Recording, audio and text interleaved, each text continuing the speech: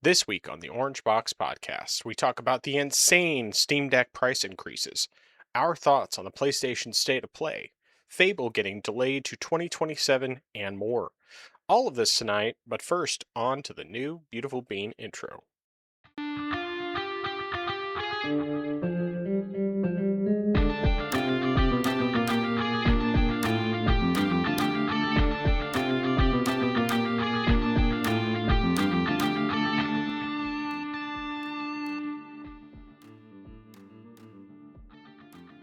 Welcome to the place where PC and console gaming talk combine. This is the Orange Box Podcast, episode 139. I am your host, the man who did not see the passing car, and now he is 100 million gross. Nathan, also known as the Frozen Gamer 87. And joining me, as always, the man whose life story is the basis for the newly announced Bancho the Chef, Justin, better known as I am Zaracon. How you doing today? How's your week been?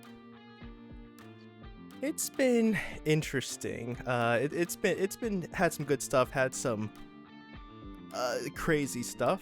So this past weekend I was helping out a friend with some video recording and stuff because she's working on a project for the 250th anniversary of America. So I was helping out with that. Additionally, I was starting to work on some of the music for that as well, but unfortunately, in the middle of working on it, my MacBook just decided to crash and shut off. And so at first I thought, okay, maybe it died. Well, since it didn't turn back on, I thought, okay, maybe for some reason the battery died, and so I need to charge it up. So I plugged it in, turned it back on, but then there was a very weird green tint on the screen, and I was like, that's weird. And then as soon as it was starting to boot up, then it turned itself off and then rebooted again, and I got stuck in an endless loop. And so I'm like, what's going on here? So I looked up some things online, and apparently it says that, from what I can tell online, essentially the graphics, I guess the integrated graphics is dying. So although I'm not certain why that would cause this being a constant loop, though, if it's just a matter of the GPU dying. So I was really bummed out about it because, July 4th is coming up. So it's like, yeah, the project's got to get finished soon. So I let my friend know about this, saying, hey, my computer is acting really weird. I do not know what's going on right now. So I went on eBay, found a similar spec MacBook, and I ordered one, and it should hopefully arrive by Friday. And so hopefully it's going to be a matter of just swapping out the drive, and then, maybe, I can't remember how it was when I set up this new, or not new, but set up the current MacBook I was using. I can't remember if I had to reapprove the computer for all of the software stuff, like the audio stuff, and getting my licenses transferred. So I'll have to see if I have to do that, but hopefully that's the most I have to do, and it says gonna be simple as getting back in gear, because that was very inconvenient happening when it did. But then that sort of was not the only hardware woes that I've had. So I finally went ahead and started to get the testing I was going to do for the next video. And so as I was putting everything together, I said, all right, let me go ahead. At first, I'm glad I did this. I decided to not put the motherboard and everything inside of the case until after I tested and make sure everything was posting. Because otherwise, if I had to take anything out, I would have been very, very upset. Which I'm glad I did, because initially the computer wasn't even booting up. And I was like, all right, I don't know what it is. I saw a light on there, and so I said, on the light on the motherboard, I said, all right, let me figure out what this is.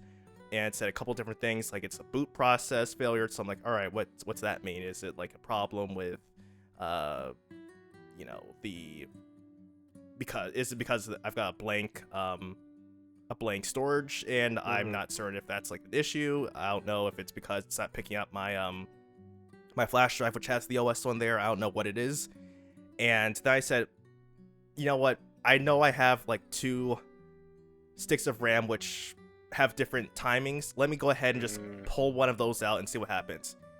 It worked, and then started booting up, and I was like, all right, cool, great. But then it wasn't displaying anything, and I was like, all right, what's the issue now? And then I kept trying different stuff, and then I realized, okay, the GPU I was trying to test out, even though the fans are spinning, it does not seem to be working at all, or at least displaying out. So I said, I guess that will be something I can't test. So I'll probably go ahead and still, I'm trying to decide if I want to go ahead and just test the other 2 GPUs or not. But the bigger problem is that after I went and plugged in, well, I decided also, instead of just since these 2 GPUs will use the similar drivers, or at least in theory should use similar drivers, I'll just go ahead and use the storage drive, my original boot storage drive that I originally was using. Since I've got the games already on there, it'll be simple and easy enough to get things started. Yeah. The problem I'm now having is that whenever I turn the computer on, I get an error saying something not read, and it's unfortunately it goes away too fast before I can completely catch what it is. And by the time I get to the splash screen, or at least or the login screen, I enter my password and I hit enter, and I unlock my computer. Then it just completely crashes and shuts down. And so I'm like, so now what is the issue? So that's something that I'm also going to be working on, trying to figure out what that is. So yeah. Then also that's also impacted right now, like, my gaming time, just because it's like, all right. I mean, I have my Steam Deck obviously, but right. I like, yeah, a lot of stuff I was doing was on there, so I'll be working. I'll be having my hands busy this weekend. All right. Well, question on the GPU that wasn't working properly. Which is that, NVIDIA or is that AMD? It's NVIDIA. Okay, so my suggestion with that, just based on my previous experience, go ahead and keep it, have that plugged in, but start up the computer with your HDMI or whatever plugged into your motherboard, and then download the drivers from NVIDIA. Do that, because I know, like, at least when I was doing the 3060, when I was testing that out, before giving that to my nephew, it was not, I think it wasn't doing output at all, including, and of course it wasn't reading the VRAM either. And then once I downloaded the drivers, then it was all working fine. So. Okay. But the other side, I don't know. I mean, it's hard to say, like, yeah, that's weird. I mean, of course, having, different timing on the RAM sticks certainly is probably an issue. But beyond that, I really don't even know where to start. Like, if I was looking at it, I probably could eventually figure it out, even if it was just lots of searching and waiting until I find the right thing. But yeah, that's weird. Yeah, I one thing I might do is trying to update the BIOS, like get the flash onto a good idea. Stick and do something like that. See if that does anything. I would bet that'll probably fix your problem. Hopefully. I guess you'll find out when you do it, and you can report back next week. Hopefully you can get that all sorted out. But like you said, at least you have your Steam Deck, so you do have an option of a way to play games. It's just obviously you also really want to get this taken care of, understandably. So, all right. Well, let me think here. I'm sure that there's probably something I'm forgetting about. Now, I will mention, first of all, that my intro for myself, that was based on... So, my kids learned a song from my wife, something about a toad crossing the road, like, oh, Tom the Toad, why did you walk across the road? Or why did you hop across the road? and you did not see a passing car, and I don't know the other words, but my daughter made up words and said, and now you are 100 million gross. And so it's just like, I just thought it was funny. And yeah, kids are silly. But okay, so I guess one big thing is, of course, my son had saved up a good amount of money for a Steam Deck, and thanks to my gracious co-host here, was able to get a good price on a used Steam Deck, which was basically in like brand new condition. It was in really good condition. And so I got that in yesterday, and got that set up for my son, and he's been able to play on his own Steam Deck. The only thing is that at least right now, we haven't gotten everything completely figured out. The biggest issue for him is he wants to play Minecraft, but because it's on Linux, he can only run the Java edition, and the Java edition's controls are not quite the same as Bedrock. And so I'm trying to help him navigate that, because like it seems to look and run really well. But the problem is that some of the things he's just used to, muscle memory and everything for creative mode, because that's really all he does, he can't quite do. And so like we were able to figure out one of the things, but then the other thing we haven't quite figured out yet. And it's like, I want to help him because I want him to be able to fully enjoy it. And I know he's a little frustrated about that, but he at least he's been able to play some other stuff too. Like he's back to I got his save file from Hugh transferred over from the kid's Steam account, because I made him his own Steam account. So he has that. I need to transfer his save over from Spider-Man and Goat Simulator. I just haven't gotten around to it yet, but hopefully I'll be able to do that in the next couple of days for him. That way he can play those games on his Steam Deck, and that'll be good. But yeah, it's exciting, my son being able to have that, because, I originally told him I wanted him to save up enough. Well, he wanted to save up for a Switch Lite. But I told him, hey, if you save up the amount for a Switch Lite, I'll cover the difference and get you a Steam Deck instead, because I just thought that would be better, especially with the issues we have with digital games and stuff on Switch, and just the headaches with all of that. And the Steam Deck ultimately is just going to serve him better for the long term. So, of course, the Steam Deck prices having just gone up. I mean, it's a good thing I wasn't planning on getting him an OLED anyway, because it was already too expensive, and then even more so with the massive price increases that we'll be talking about later. But that all being said, I'm still like glad that he's able to have that, because that does give him access to a lot of games. And I mean, the library sharing stuff, at least, I don't know if it's the case with every game, but a lot of games, you can't have more than one person playing the game at a time. Which is like, okay, that makes sense, but you can still share the game with other people, and with other people in your family group.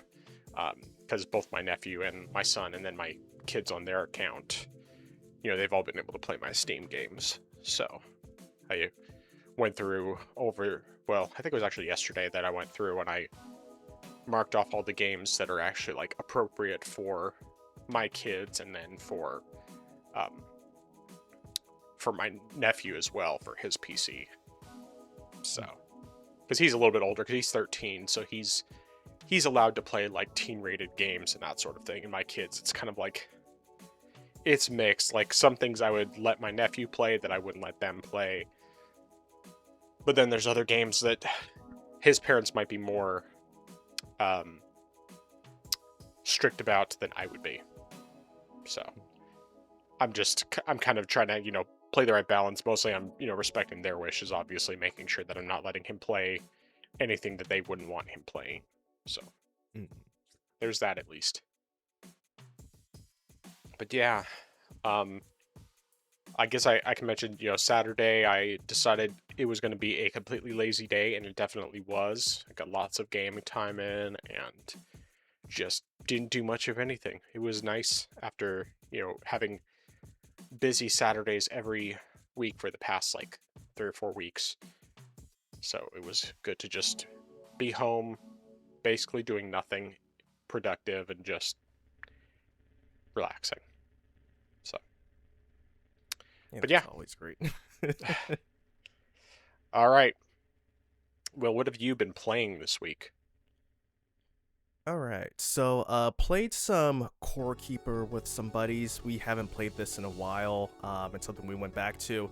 The footage you're seeing is actually old footage, since the footage I had intended on recording is still on my PC that I can't use yet.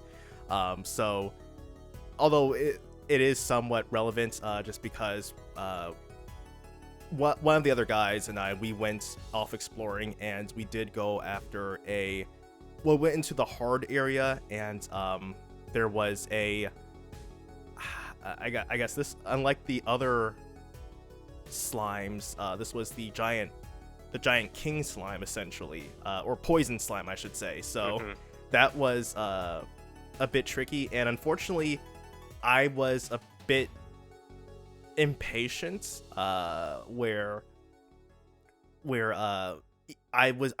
my build essentially right now has just been primarily being sort of a summoner magic type build. Okay. So I'm just like, all right, cool. I'll summon creatures and I'll just fire, fireballs at enemies and go about my business. But unfortunately, I was like, all right, I'm out of mana. I have to wait for it to recharge. So I was like, all right, let me just go ahead and try to use my sword and get a few swings in. That was the stupid thing to do. I should have been patient, because then he just leapt up at me and poisoned me and just squished me, and then I died. So I'm like, all right, that's a bit of a pain, because I have to go back and get all my stuff again. So, I mean, fortunately, the other guy, he survived long enough so that way the boss wouldn't despawn, and then we'd have to start all over again, and I would have to quickly grab my stuff in the middle of a boss fight. So he was able to finish the boss off, and then I was able to get my stuff back in. I did some more exploring in the area, and it's definitely gonna be something where a bunch of us go, because the enemies are just so much stronger. And in addition, with Core Keeper, for every player that is in a server, the difficulty spikes up. So enemies are definitely much more aggressive, where if you're just walking by yourself, you'll be going somewhere, and then all of a sudden a wave of enemies just suddenly starts running up from the corner of the screen to get you. And and the problem with some of these enemies is the fact that a lot of them have projectiles, a lot of them can poison you, and additionally there are plants that can snare you, and that just leaves you wide open to attacks as well. So it's definitely something we're going to be working on in a while. But I did also get some good drops from there, so something that could help me with getting some more summons and have more powerful summons. And then also just, I think I also got this one staff, which I can't remember what the name was, but I thought, okay, this is just a poison staff essentially. So let me try this out. Unfortunately, I aimed it at one of our buildings, and it completely blew off the entire wall, plus a few chests, and I was like, all right, I guess I know what this thing does now. So I had to fix that one up. But yeah, we didn't really do too much, but that was pretty much the gist of things that happened there. And then I also played some more Kingdom Hearts Dream Drop Distance, and I didn't do too much with this one. I went ahead and finished up Riku's progress in the grid, and so I finished that up, and I went and did a little bit of his content in Prankster's Paradise, which is the new area, which is essentially just like the Pinocchio Monstro world. I did a little bit more before his time ran out, and then switched over to Sora, and I did some stuff with Sora, but I got a little greedy, and that messed me up big time, because I went ahead and thought, all right, I'm going to keep going a bit further. I know I just had to reach a save point, so I know it's going to be a bit before I see the next one, so I said, let me just keep going on, and I'll keep going on. And the problem, and I said, all right, at the next save point, I'll go ahead and save. And I didn't reach the save point, and I died. Oh, no. And the problem it's not that I died, but it's the fact that I can't continue because of the achievement that's where the achievement where you complete the game without continuing or retrying. So I have to essentially just start off my previous load. So I essentially just said I have had enough of that for now because I'm just so I'm so salty. But yeah, I mean, it's not too big of a deal overall, but it's just that there were certain drops that I found, and I was able to upgrade some of my spirits and stuff. So I was like, oh, that's really the thing that just gets me the most. Not the fact that I, didn't get too far, but just the stuff that I had found, which I was like, that would have been very useful. Yeah. But yeah, but I'll get back to that later on once I feel a little a little less salty about that. But yeah, that's everything that I've been playing. All right. Yeah, I definitely, if I was playing on you're trying to get the achievement for no continues or retries, I would just be saving every single chance I got. I've learned enough from playing like hard games, especially, and I mean, you're not even playing the hardest difficulty anymore, but I've learned enough from that to where I'm like, nah, I'm not even taking my chances. I'm just gonna go as light as possible from that standpoint. So, yeah, I hear that. All right. Well, as OBS is being extra annoying. So in terms of what I've been playing, I have a total of 5 games this week. One of those is very, very little. I don't actually have any footage recorded, and I'll talk about that last because that was the most recent thing I played. But I did continue Darksiders 2, and I finished it. So I decided, first of all, like last week I had beaten Samael, which is the second to last boss of the game. But then if you go into, there's additional campaigns, which basically just gives you, each one gives you another dungeon, like a smaller dungeon, and then another boss. And so I went and I did all those additional campaigns. I started with the hardest and then worked my way backwards. Which was good that I did that, because the first boss I faced was Belial, and he gives this great spear that has like the slower hits to it, but it also absorbs a lot of health when you attack bosses with it. So it's like, okay, this is great.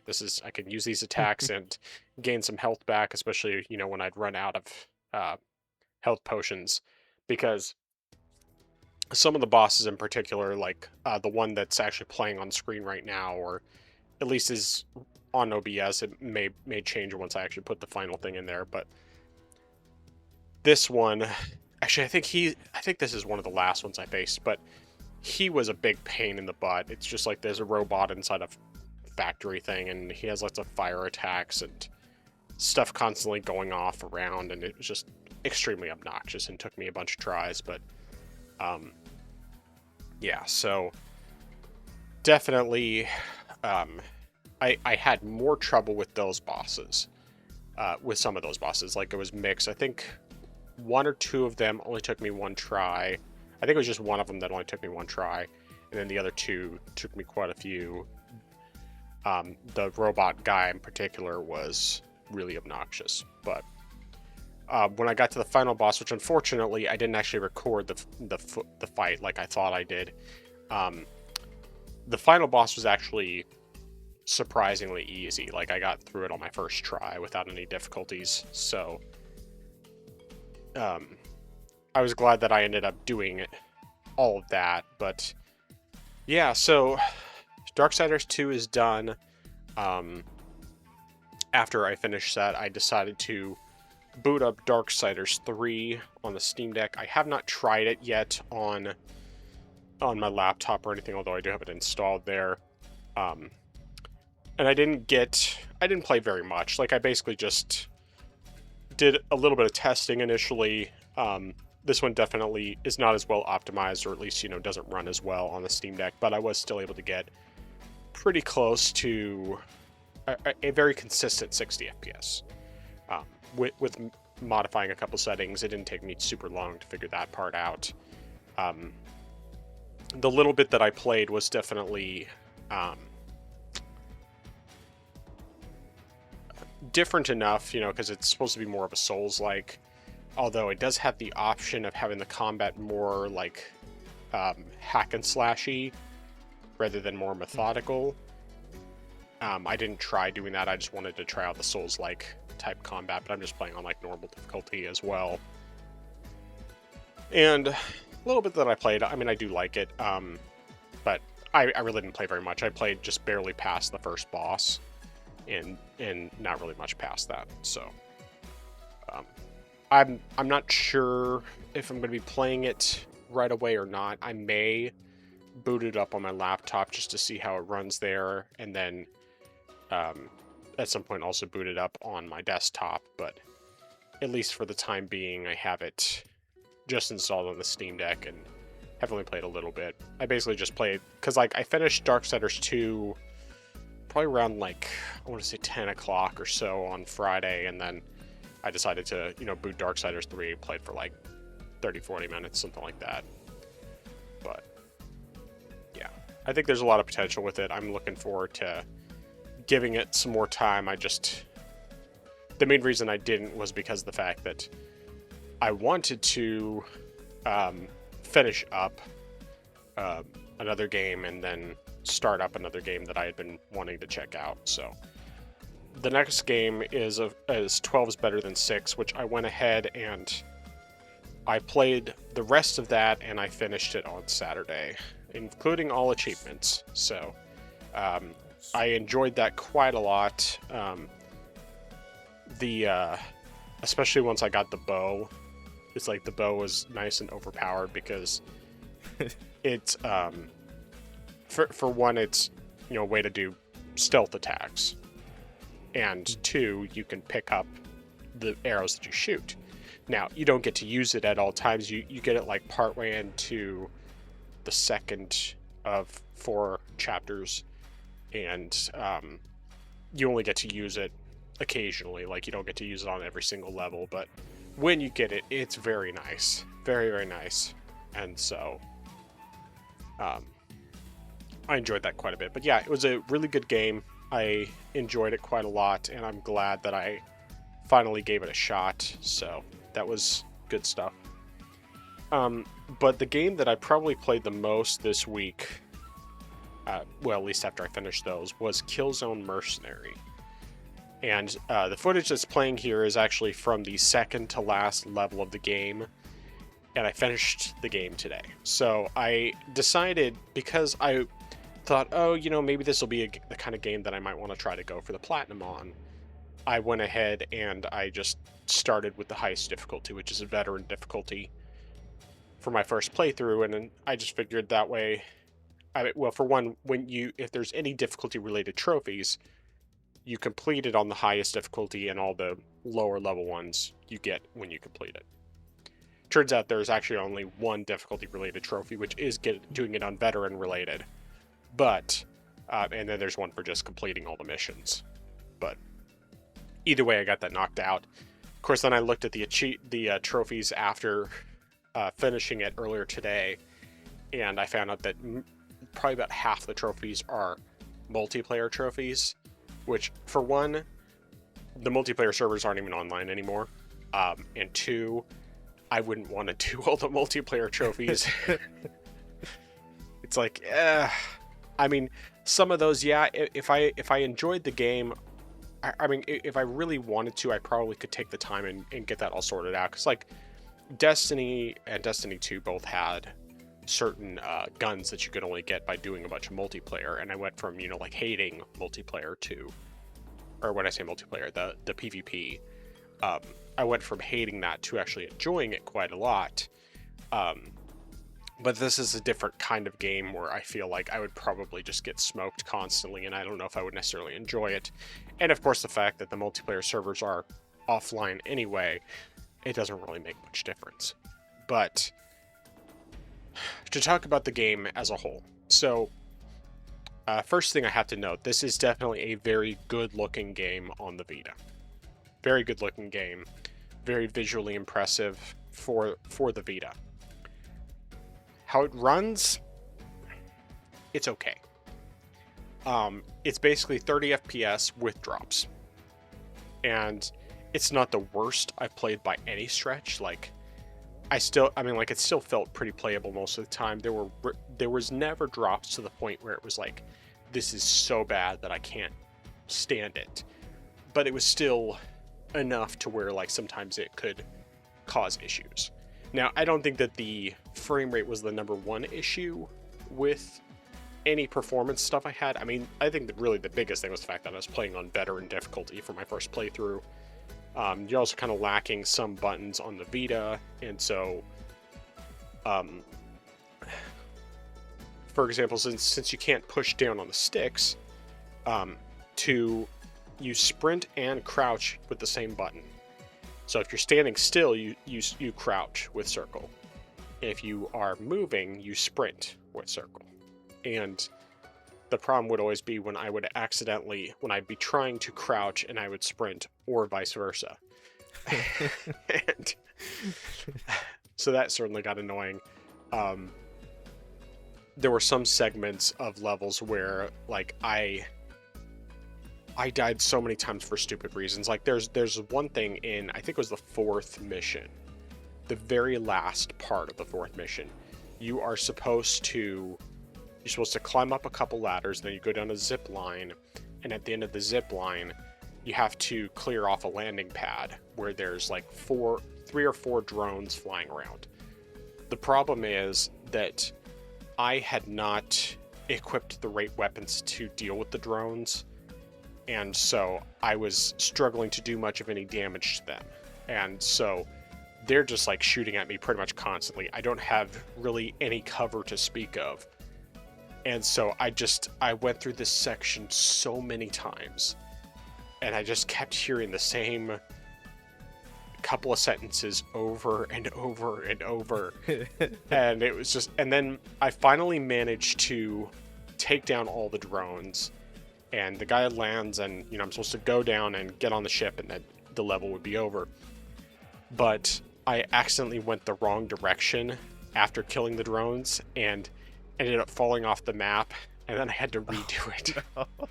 It didn't take me as many tries after that time. I think it only took me like 2 or 3 tries, but it was just like, I was like, yes, I finally took all them down. Now I can finally finish this stupid level.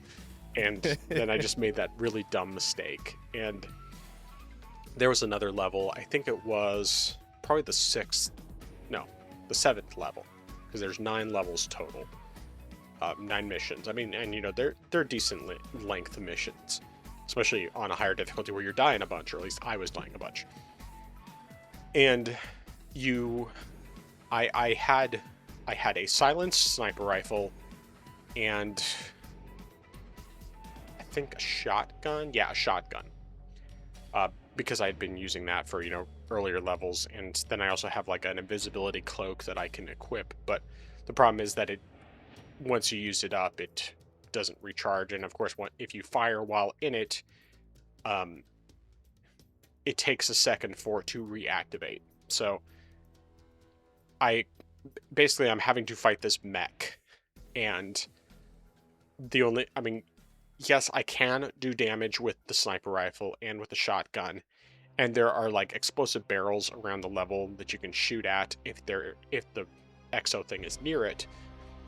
But it's really hard to tell like how much damage I'm actually doing, and the problem is that if the enemy shoots me, I die pretty fast. And so that one ended up being super frustrating, and it got to the point where I had used up all of my shotgun shots. I used up almost all of my sniper shots. I think I was down to like maybe had 2 shots left in my sniper rifle, and then I just barely managed to kill it. And even though there's these crates where you can buy ammo and that sort of thing, I was completely out of currency, so I didn't have anything left to buy more ammo, even though there was one in that level. If I had, then it wouldn't have been nearly as much of an issue. But the other thing is that while you can change your loadout while in that, I mean, when you go to those crates, you have to pay to change your loadout. So of course I didn't have any money, so I couldn't, grab anything. I also hadn't purchased a rocket launcher, which would have been super helpful for that fight. And so it just ended up being kind of a pain. And I had a few other segments like that, like beginning of the second to last level. I died so many times because like your ship crashes and then you're basically standing like right out in the open and you have to try to move over to behind cover and everything, and of course you have enemies constantly firing at you and a rocket launcher guy off in the distance. And I mean, the footage that I have playing here, I cut out all of the extra deaths and just put the successful portions of the level, so instead of being an hour long, it was like 20 minutes. But yeah, as an overall game, like, I think it's a really good game. It is a very good game. Definitely uses the gimmicks of the Vita quite a lot. Like, it uses the touchscreen for melee attacks. Like, you'll have to swipe up a direction to do a melee attack, whether you're sneaking behind an enemy or attacking them face to face. You use it for hacking into things, like you have to match certain triangle patterns with the patterns on the hacking thing, and you can use the rear touchpad to zoom in and out with the scope. You can use gyro for aiming, but it's helpful for some of the fine tuning for sure. But because the frame rate is pretty low, it only does so much. And so, I mean, it's like, it definitely helps, but it's not always perfect. And sometimes when you're in the heat of a fight, especially with as low of a frame rate as it has, sometimes it just doesn't help a whole lot. And so then it just, I don't know. But yeah, as an overall thing, I actually really enjoyed the game. It's one where I could see myself potentially going back and replaying some of the missions, especially because there's like, there's alternate objectives that you can do depending on which, I mean, there's like different contracts with different objectives. Like, one is more of a stealth based, and then another one is, I can't remember what the other one is, but each mission has 3 different types of contracts you can take on. And the one thing I will say is that if I do any of those things, I'm doing it on easy difficulty for the rest of those, because it's like, one, you have to complete the level in 20 minutes, and I'm like, I'm not doing that on veteran difficulty. There's no way I can complete that in 20 minutes. And so, yeah. But it's just kind of, I don't think I'm going to do it right now. Like, there's a small chance that I might boot up my Vita tomorrow and decide that, oh, I want to play Killzone Mercenary after all some more. And so then I just, hop into a couple missions. But more likely than not, what I would end up doing is, if I was wanting to play it, I would just like, I'll just boot it up, run through a mission. Like, I know where I need to go now for the different missions. I know what the objectives are. There's some optional things I can do depending on the contract I take on and all of that. So yeah, it's pretty cool though. I did like it. I'm glad that I finally got around to really playing it, because it's one that I had only like dabbled with a tiny bit in the past and never really played very much of it. I think the most I had done was maybe the first 2 levels.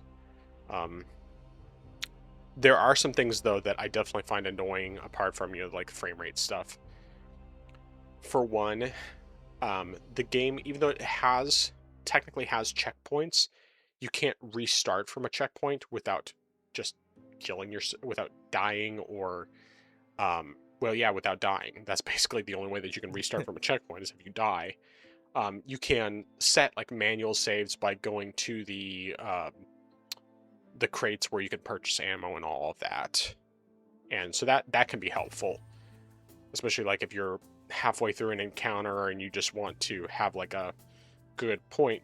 But of course, then the downside is if enemies happen to be coming at you right when you do that, then as soon as each time you come back into that, you have like enemies coming at you, and sometimes it's a real pain to get away and actually be able to successfully complete the encounter.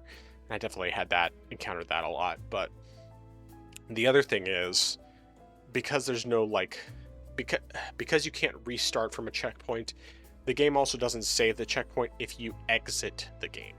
I mean, if you just put the system in, to sleep, then it's fine. Obviously, you just continue exactly where you left off.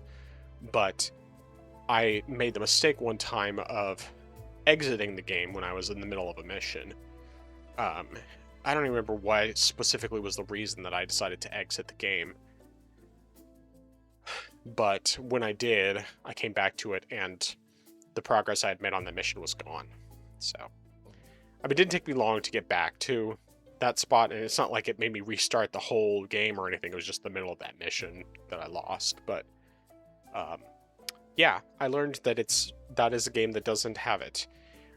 The thing that was a little confusing to me, though, is that like I had looked it up, and I probably just need to read it more closely. But the game was supposed to have checkpoints and like the ability to restart from a checkpoint, and maybe all that people meant when because it was like an update that was 2 updates prior to the version that I was at. Like it was update 1.11 that added checkpoints, and I thought that it added the ability to restart from a checkpoint, but it turns out that unless I just misunderstood what they meant by that, you can't manually restart from a checkpoint apart from dying. And so I just found that to be annoying. Yeah. So I don't know. But either way, as an overall, I think it was a very good game. I enjoyed it quite a lot.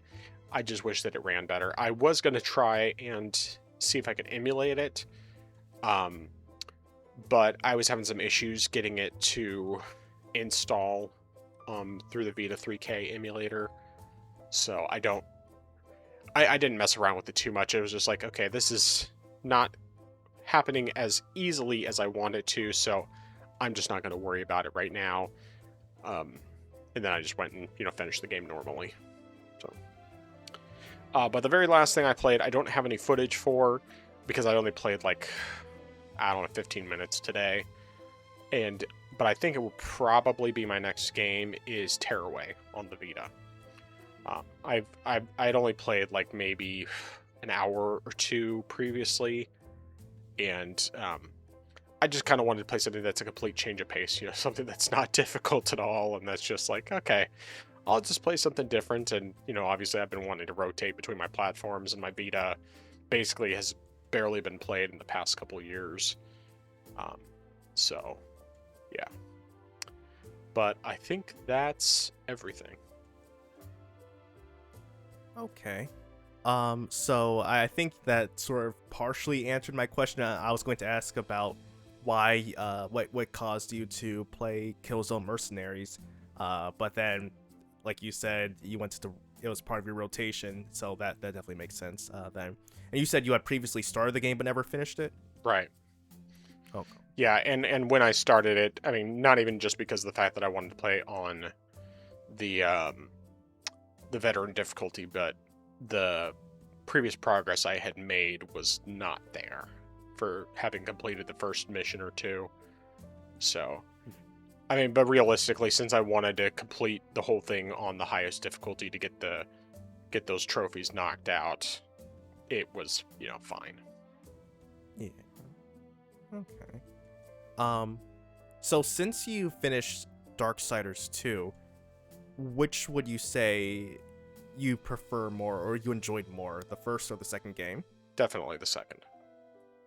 I mean, the first one was good, but the second one has that Zelda-like gameplay that I just enjoy significantly more, and the combat I also just liked a lot better. Okay. And then regarding the third Darksiders, you said that you can go back to a hack and slash. Is it like a setting that changes the gameplay, or is it just the weapons themselves that change how it plays. I'm not really sure because I didn't test it out. It was just when I started up the game, it gave me the option to either go with the more methodical type of attacks that you have in like a Souls-like versus having more of a classic feel for more of a hack and slash. And my guess is that it's probably something they added after they first released the game, because I know in the beginning it was just a Souls-like, and it's very possible that they just got rid of the Souls-like elements and basically just said, hey, you can just play this like you played the previous Darksiders games in terms of the combat. So okay. That's interesting, because I did not know about the fact that they had that other way to play it, because I only heard about, hey, this is when it's more like a Souls-like, right. But I know they had given the option, so I was like, oh, that sounds interesting. I mean, I might still try it with the tradition or try it with the Souls-like initially, but I might go back and try it later on with the classic version as well, just to compare it. Yeah, I mean, I'm gonna probably try looking up some more information on that, because like I think I'd rather just have it be different, just because of the fact that like with the first, I like the fact that each of the games is distinct from the other in terms of the style of gameplay. I think that's like a nice feature just to make it. I don't know. I like the idea of it being a bit different from game to game, so that it doesn't get too stale. And like I enjoyed the first game quite a lot. I enjoyed the second game even more, and the third game, I haven't played enough to really be able to say one way or the other. But of course, obviously, I like Souls-likes quite a lot. So having something a bit different from that standpoint is cool. And I'm not entirely sure, but there might be like different weapon types you can get, because the default that you have for, what? I'm trying to remember what her name is. I want to say it's Wrath. Strife. Oh. That's what it is. It's Strife. You're right. Or wait. I can't remember. Anyway, Strife might actually be the last one, and the one for Darksiders Genesis, like the. Okay.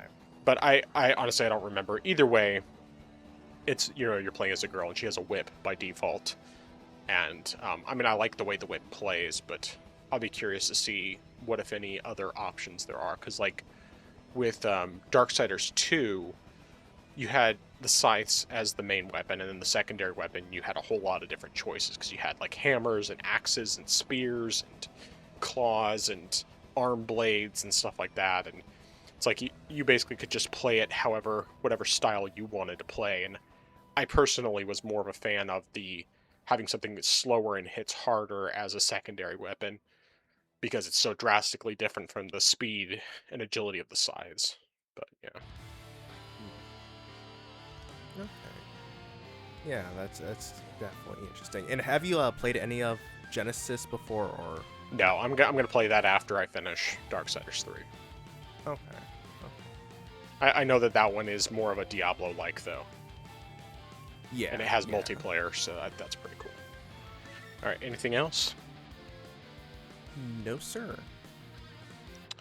All right, well, let's get into the news, and I think that we should definitely start off talking about this Steam Deck price increase, because, oh boy, that was drastic.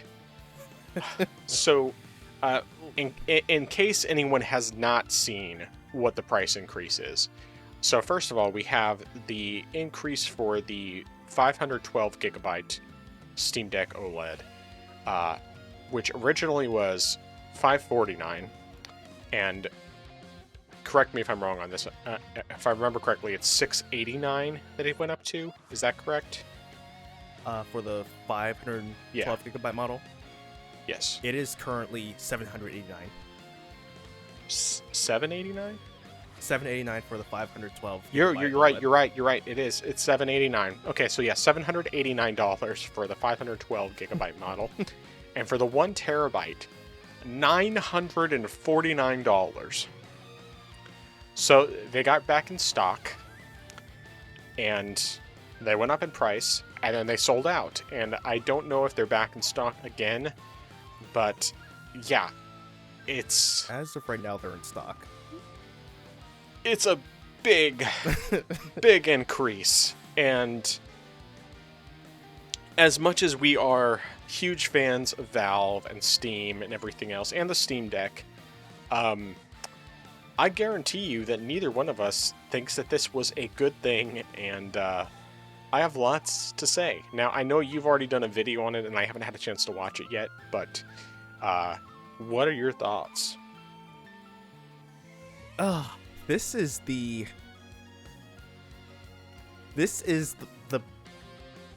what I mean, granted, I can't really say how many L's they've had, but this is the biggest L that Valve has probably ever had. Yeah. And also, it is one of the most anti-consumer things that they've ever had. I mean, this is an egregious price hike right here.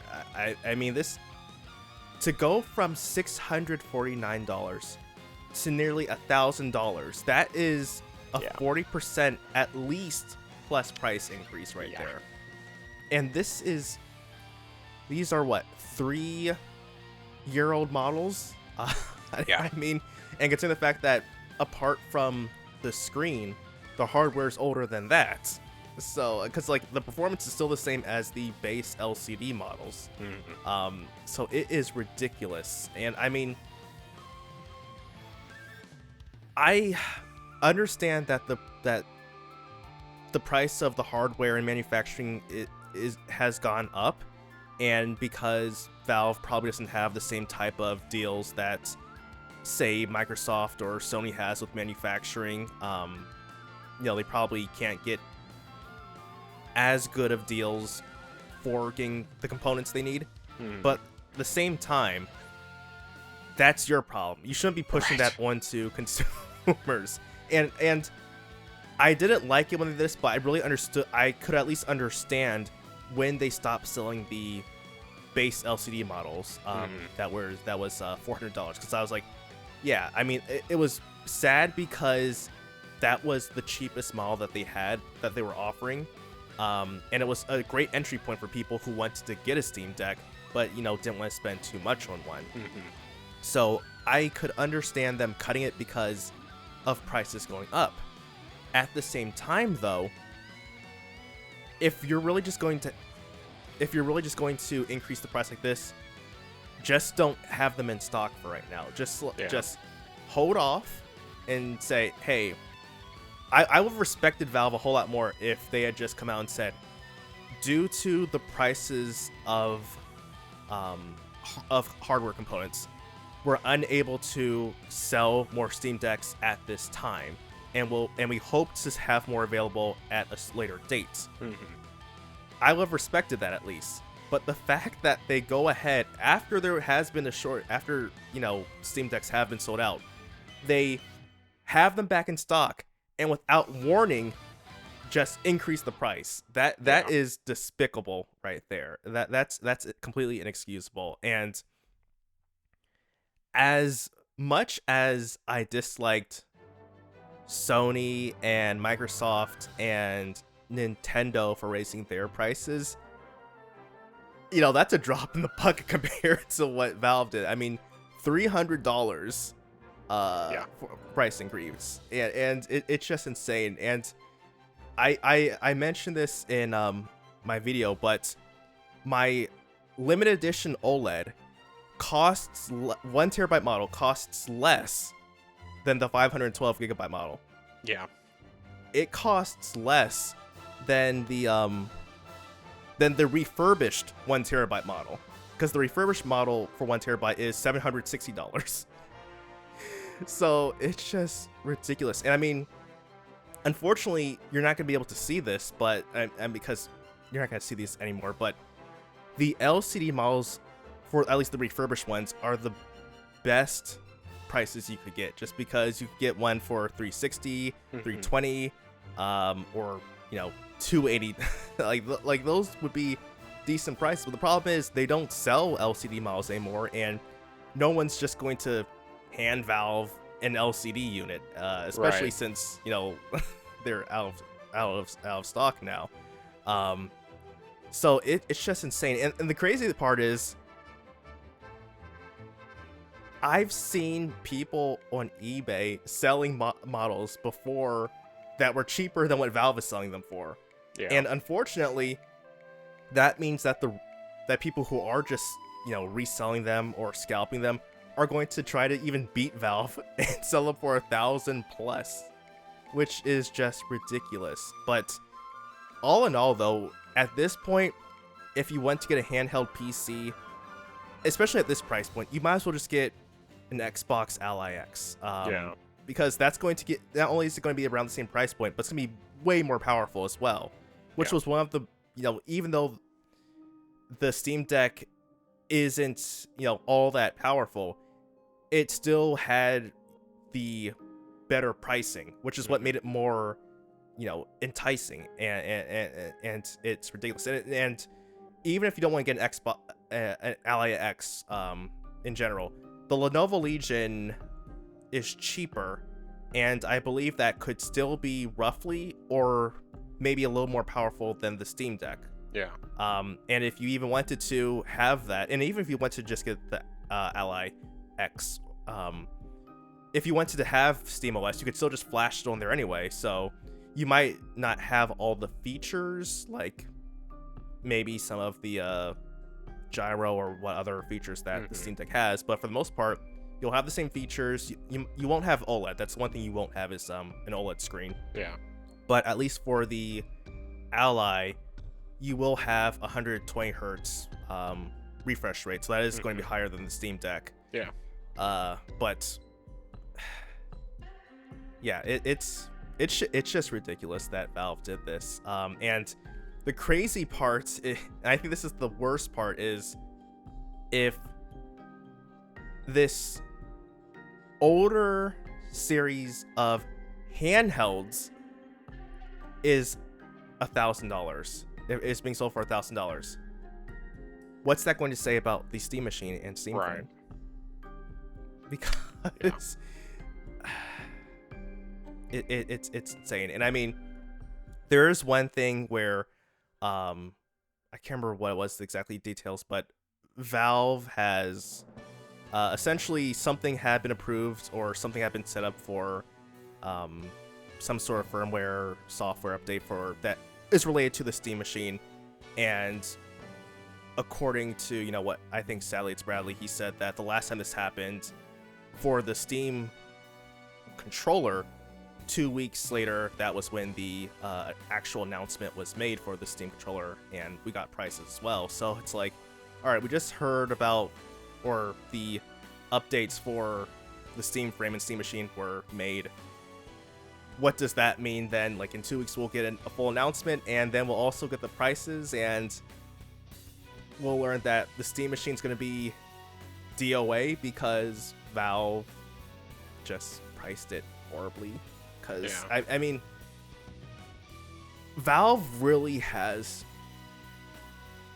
to do something really good with the Steam Machine and Steam Frame, because here's something else that's even crazy, is the fact that now, obviously, not everyone's going to be able to do this just because of location, but I saw that Micro Center has a pre-built PC, which has, I think, a Ryzen, I think 9700X 3D, and it has an RX 9070 XT for about $1,200, and I'm just like, that's a great deal. Yeah.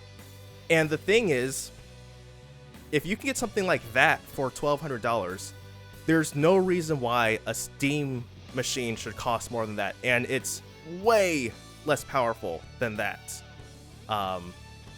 So I know there are people out there who will really just, buy it because it has Valve's branding on there. But not everyone is going to be doing that. So I don't know. I really believe that if Valve was going to, have something, and like I said, if they weren't going to just delay selling more Steam Decks, they really should have just bit in the costs, honestly, because like you and I have said previously in the past, they make a whole lot more money just from people buying games on Steam. Yeah. So like they could have made up that money. So like there's no reason why they had to raise the price. So we'll see what happens with the Steam Machine, Steam Frame. But hopefully we have a whole lot better news than what we have with the Steam Deck, because this is completely inexcusable. And you know, I'm going to hold Valve to the same standard that I would normally hold, in the same judgment I would hold for Sony, Nintendo, and Microsoft. Right. We're doing the same thing, if not even worse in this case, because of a much higher percentage of a price increase. Right. But yeah, that's everything that I have to say on that. Well, I've made it no secret that I am a huge fan of the Steam Deck. I'm a huge fan of Valve. I'm a huge fan of Steam. I think the Steam Deck is a great device. Not necessarily the most powerful, but in terms of its capabilities, it's an amazing device. But I will not recommend anyone spend the new prices. It's too much. It's way too much money, especially for something that's as underpowered as it is. $649 for the 1TB OLED, I could recommend that. I think that's worth it because it's that great of a device. But I will not ever recommend that someone spends a minimum of $789 for a Steam Deck. That's just too much. It's a great device, but it's not worth that. And so, like, I get it from the standpoint of, like you said, they can't as easily get the parts as everybody else. You know, they can't get the same deals because they're much smaller in terms of everything compared with Sony and Microsoft and Nintendo. But that's still just, that cost is just way too high. And it's not worth it as far as I'm concerned. It just isn't. This was a big fat L for Valve.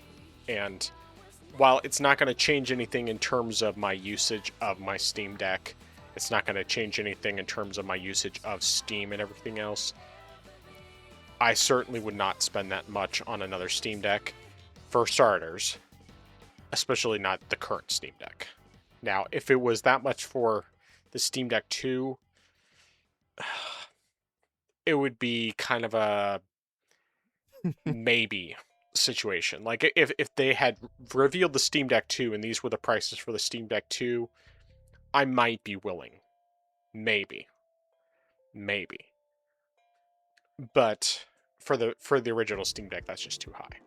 And like you said also, what this is going to mean for the price for the Steam Machine and the Steam Frame, I mean, I can pretty much say that unless there's something that Valve is hiding and that there's some other reason that they decided to raise the price, I'm not getting a Steam Machine. Because it's going to be too expensive. Like I've already said, $800 is my upper limit for the Steam Machine, and it's not going to be that cheap. I mean, yes, typically handhelds tend to be more expensive for the amount of power you get compared with the regular consoles and that sort of thing, because the consoles are, you know, they don't have the screen, they don't have to run on a battery, all of that.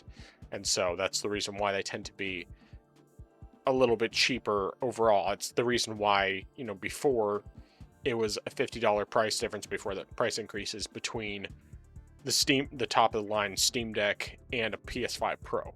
Even though the PS5 Pro is obviously a lot more powerful, just because one is portable and the other one is massive and definitely not portable in the same way.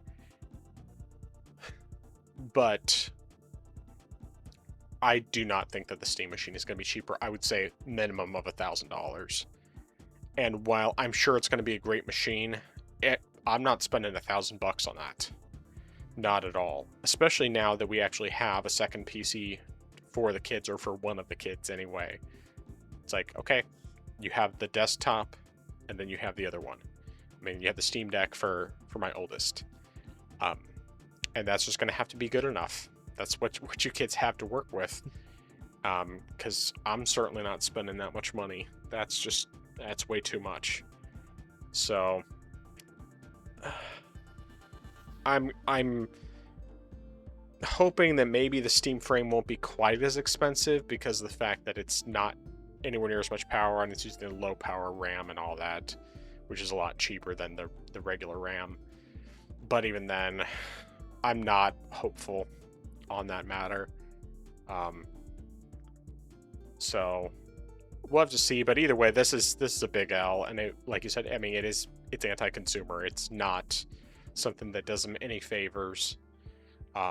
Yes, I still think the Steam Machine and Steam Frame are going to sell out. They're going to, but there's a lot of people who are just priced out at that cost. And I mean, they're already priced out at the cost for the Steam Decks, which it wouldn't even surprise me if the ones that sold out were actually scalpers, all buying them all out, and then the scalpers are going to end up losing a bunch of money because nobody wants to spend that much on a Steam Deck. But yeah, this is just, it's not good at all, and it doesn't bode well for the Steam Machine and Steam Frame, and this is not good. It's worse than the price increases for everything else, and it's just not worth it. So definitely, no one should even consider getting a Steam Deck until the prices go back to normal. Or if you somehow find someone who can hook you up with a good price that you actually know you can trust, then it could be worth it. But otherwise, don't. Just don't.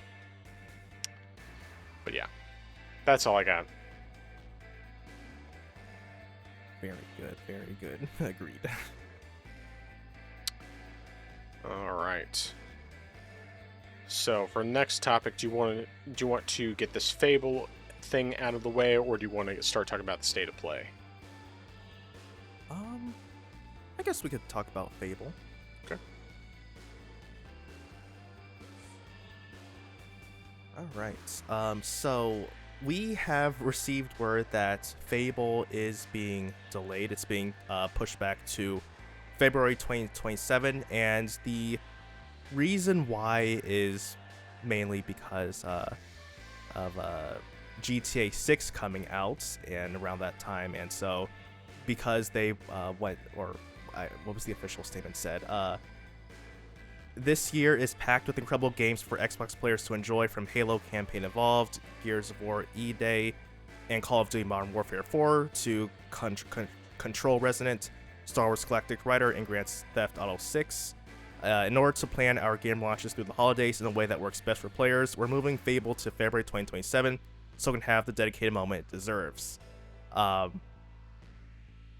Now, I obviously think that there is, the obvious things there, which I'll get into. But what are your thoughts on this delay that has happened? Well, I think it's nothing but good that it's being delayed. It gives them more time to polish, for one, but also Fable is not a series that's ever been like really big. I mean, yes, it had its moment, certainly in the original Xbox, especially, where it was relatively popular, but it was still never like one of their big franchises. And you're bringing back a franchise that's been gone for such a long period of time. I mean, it's been, I want to say it's been almost 20 years since the last one, maybe? I could be wrong on that. I probably am wrong on that, but I feel like it was like 2008 or something that the last one came out.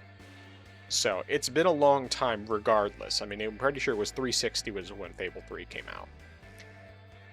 Apart from, they did the Fable remake of the original one more recently than that. So I guess there's that. But either way, I just think it's a good idea for them to delay it, because not only does it give them more time to polish the game, but it also gives the game a chance to shine, because if you put it out next to a bunch of other huge releases, it's just going to get lost in the shuffle, and then it's just not going to see much of anything. But if you have it more in its own kind of separate area in February, when there's not as much coming out, other than like Tomb Raider is the only thing I know for sure is coming out at that point,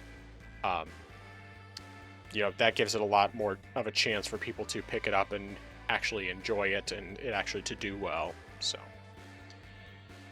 yeah, especially with GTA 6 coming out this fall, it's like GTA 6 is going to dominate, regardless of whether it's good or not. Even though I'm sure it'll be, pretty polished because it's been worked on for a very, very long time.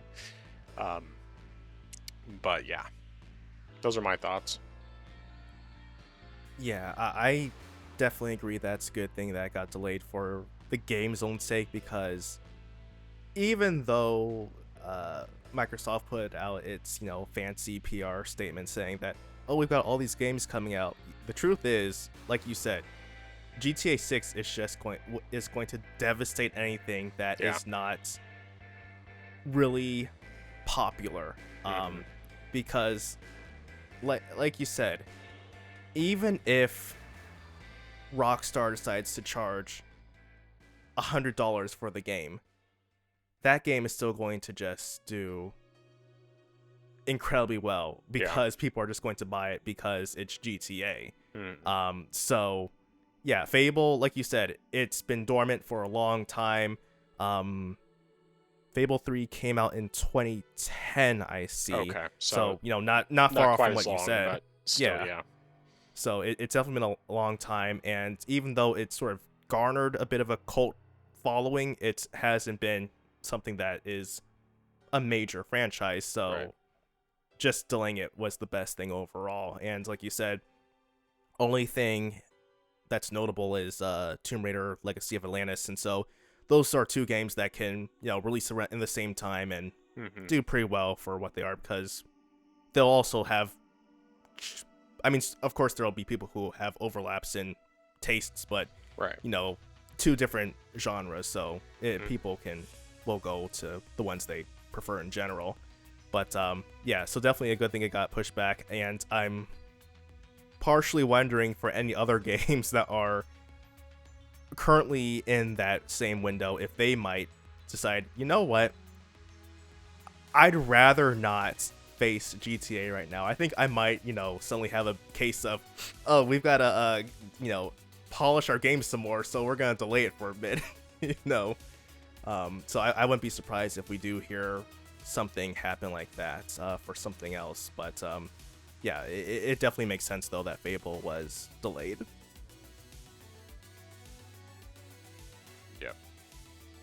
Yeah, and I hope that game does well, because I do think it looks like it could be pretty good, and I just, especially these franchises that are being brought back from being dormant for a long time, they really need a chance to just have room to breathe, and if you put them right next to a bunch of major releases, it's just going to get completely lost, and it's just not going to sell. And if you have it in its own separate area, it's going to do probably a lot better. Now, is it going to do great? I have no idea, but I think that it has a much better chance if it's released in February than if it's released right around all those other big games, especially when you have, Sony putting out Wolverine, and you have GTA 6 coming out, and I can't even remember what else is coming out, but yeah, lots of big stuff. So, Call of Duty, all that. But, yeah. All right, good stuff. Well, let's get into our discussion on the PlayStation State of Play. And I can already say that we basically got nothing correct. I got one thing correct, which was kind of was really just honestly not surprising at all.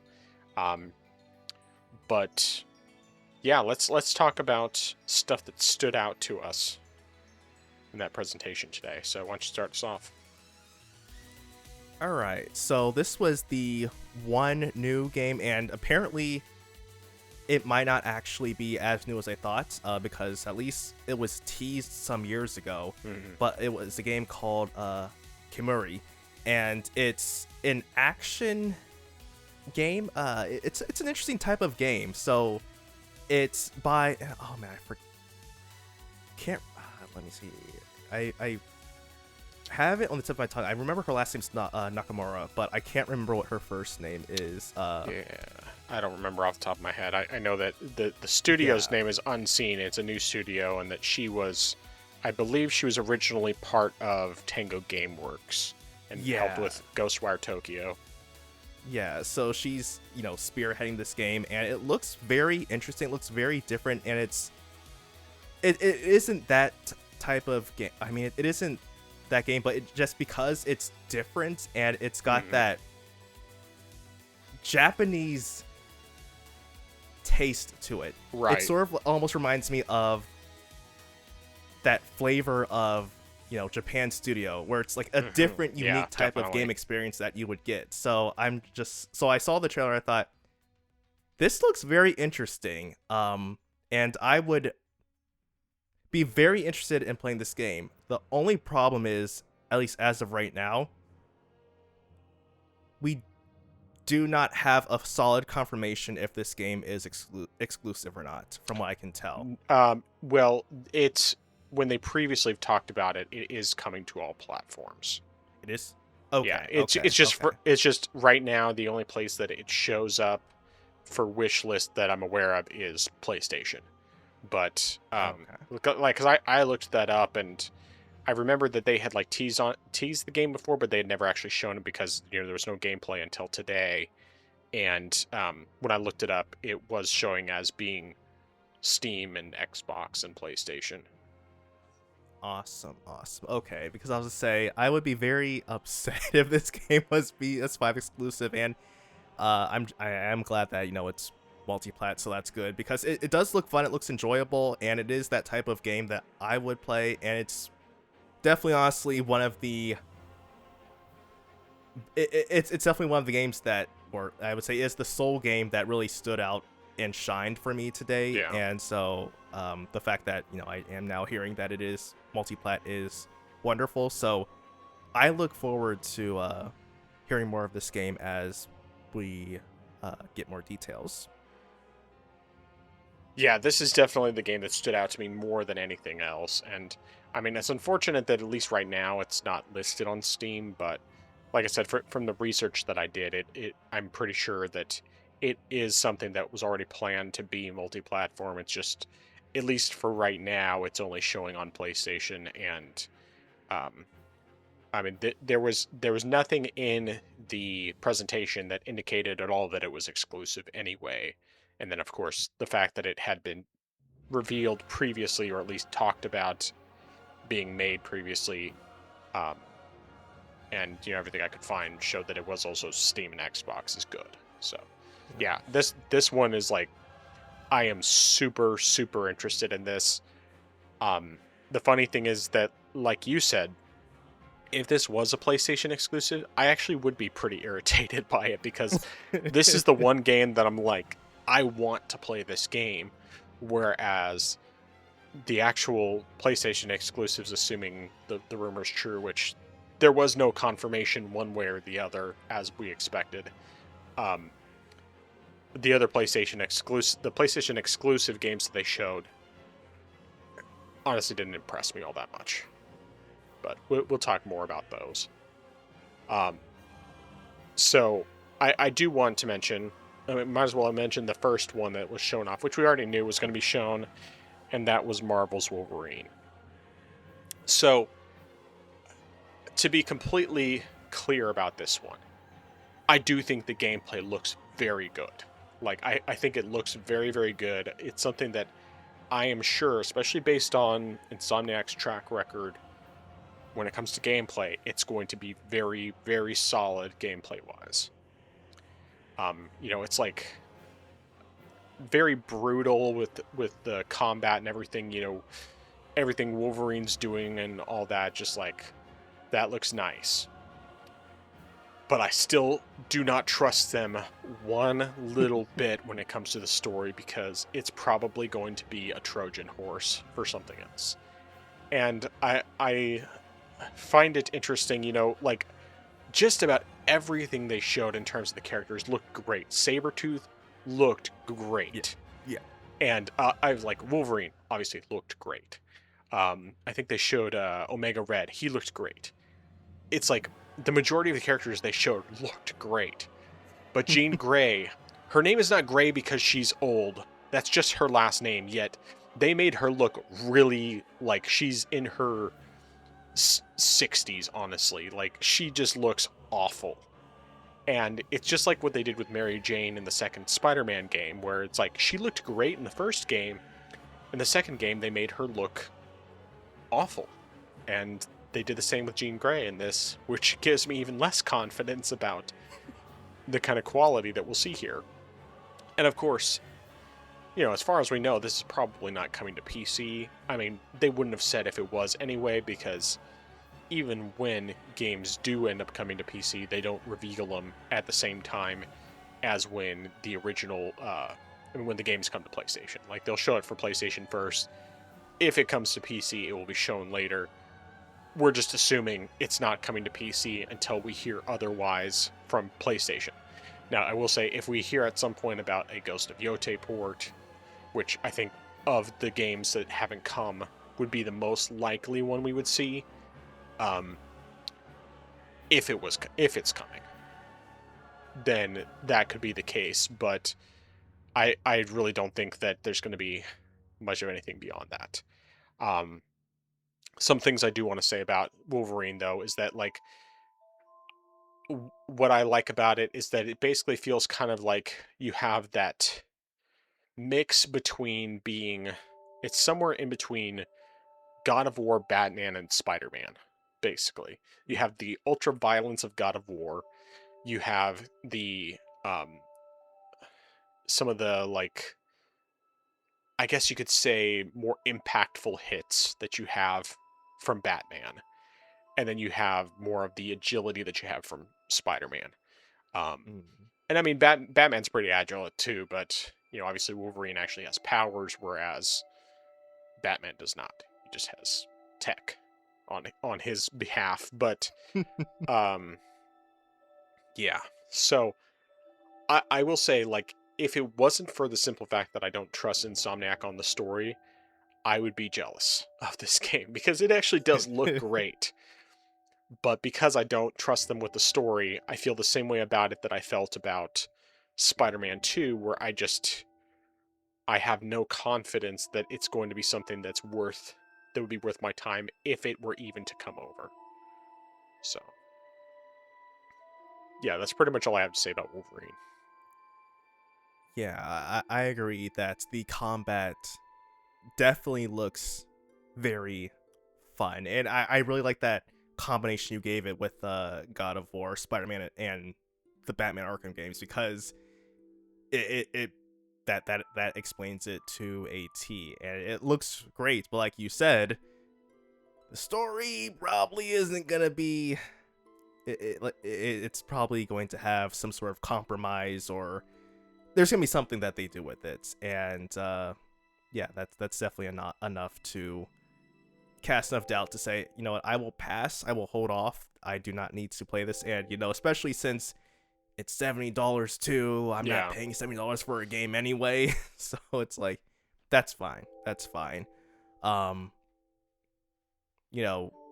Obviously, of course, after the game releases, we will hear, people who play the full game will hear the full details, so we'll know, hey, what's actually in the story, and then we'll know, all right, were we correct in our judgments of the game, or it's like, right, okay, it's not that bad, so if it does happen to come over, it's something worth buying. right. But like you said, if Spider-Man 2 was anything to judge by,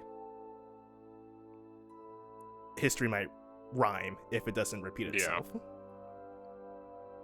But yeah, I mean, like, as kind of a final summary of my thoughts on the matter, if we find out that the story is actually on the same level as, like, Spider-Man Remastered, for example, even Miles Morales, which I know you didn't want to play Miles Morales because you're racist, apparently. But like, if the story is solid and the game comes over to PC, I will happily buy it. But if it's as bad as Spider-Man 2's, even if it comes over to PC, I will not buy it, because I just have such a big problem with that when it comes to the story. Like, Wolverine is a character I have loved since I was a kid. I mean, has always been really my favorite X-Men, period. But if they are going to do the nonsense that they did with like Peter in Spider-Man 2, especially, even Miles to a lesser extent, then I just I'm not gonna buy it. I would love to be able to support it because Insomniac, like in terms of their gameplay, they make very, very good games. It's just the fact that there's this issue with, how they treat their characters, at least how they did in Spider-Man 2, that really makes me not willing to support that. And of course, if it doesn't come to PC, then it might as well not exist because I'm not going to buy a PlayStation for it.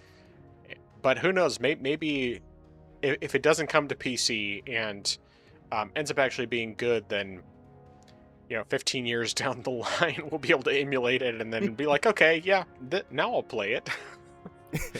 But honestly, I think that even if it doesn't ends up coming to PC as quickly as like the Spider-Man games, the last couple ones did, as or as quickly as most of the PlayStation ports have come to PC, I do think it's going to eventually come to PC. It just may be more along the lines of the time gap that you had between the release of Spider-Man on PlayStation versus the PC release. Because I do think that there's going to come a point when Sony needs that money and they just can't get enough out of their users to be able to make up for it. Now, I do think this game is going to sell very well, even though it is going to be M-rated, which means, there's limits from that standpoint. And, of course, PlayStation exclusive. But, yeah. All right. What's your next game? All right. So this one is less of a new reveal, and really the other games I have now are less of new reveals. It's more so just updates and stuff. So the first game I now have is Tomb Raider Legacy of Atlantis. This was shown previously, I believe, earlier this year, and we do have a full release window, which is February 2027, which is, as you said earlier. Additionally, I believe the game also had its... Actually, no, I don't think the price was revealed. Because I would say, obviously the price wasn't even that big, but I don't think we actually have that yet. Let me just confirm. I mean, it's going to be 70. I guarantee it. Oh, 60. Oh, it is? Okay. That's not too bad. Yeah. So, not too bad. Now, I think because of this, it's not going to be a day one purchase for me, even though it's not, a full 70, but right. I think for it's a remaster, a remake of the original game, but I still think, maybe I'll wait till it gets down to, say, 40, and then I might get it, unless there's a pretty decent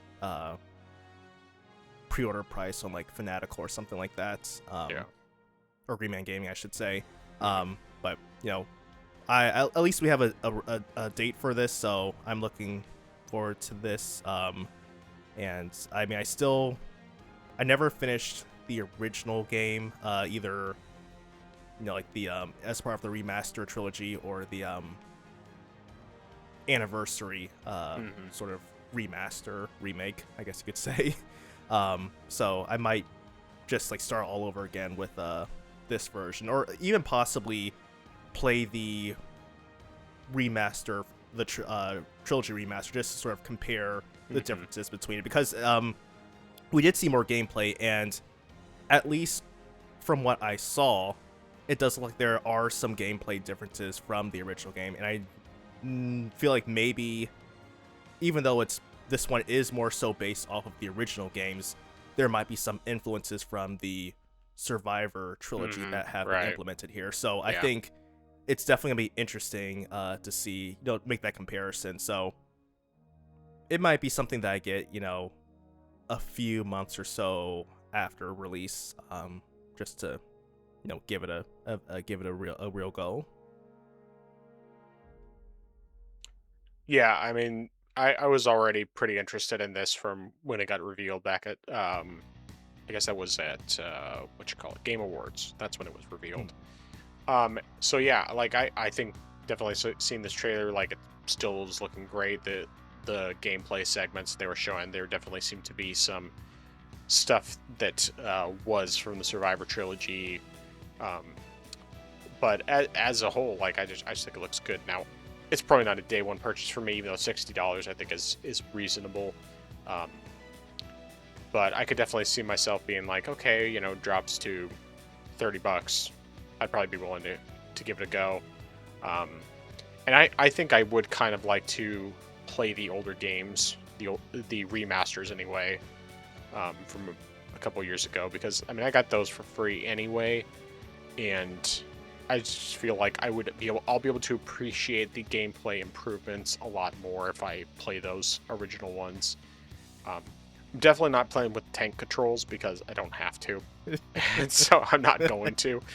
But I'll play the remastered version with the improved controls and give that a shot before I play this one. So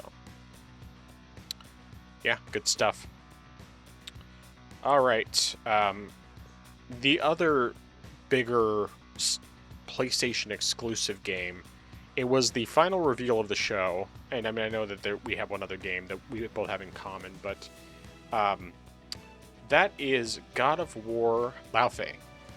So it is God of War playing as Fei, Kratos' wife, and basically it's her going through the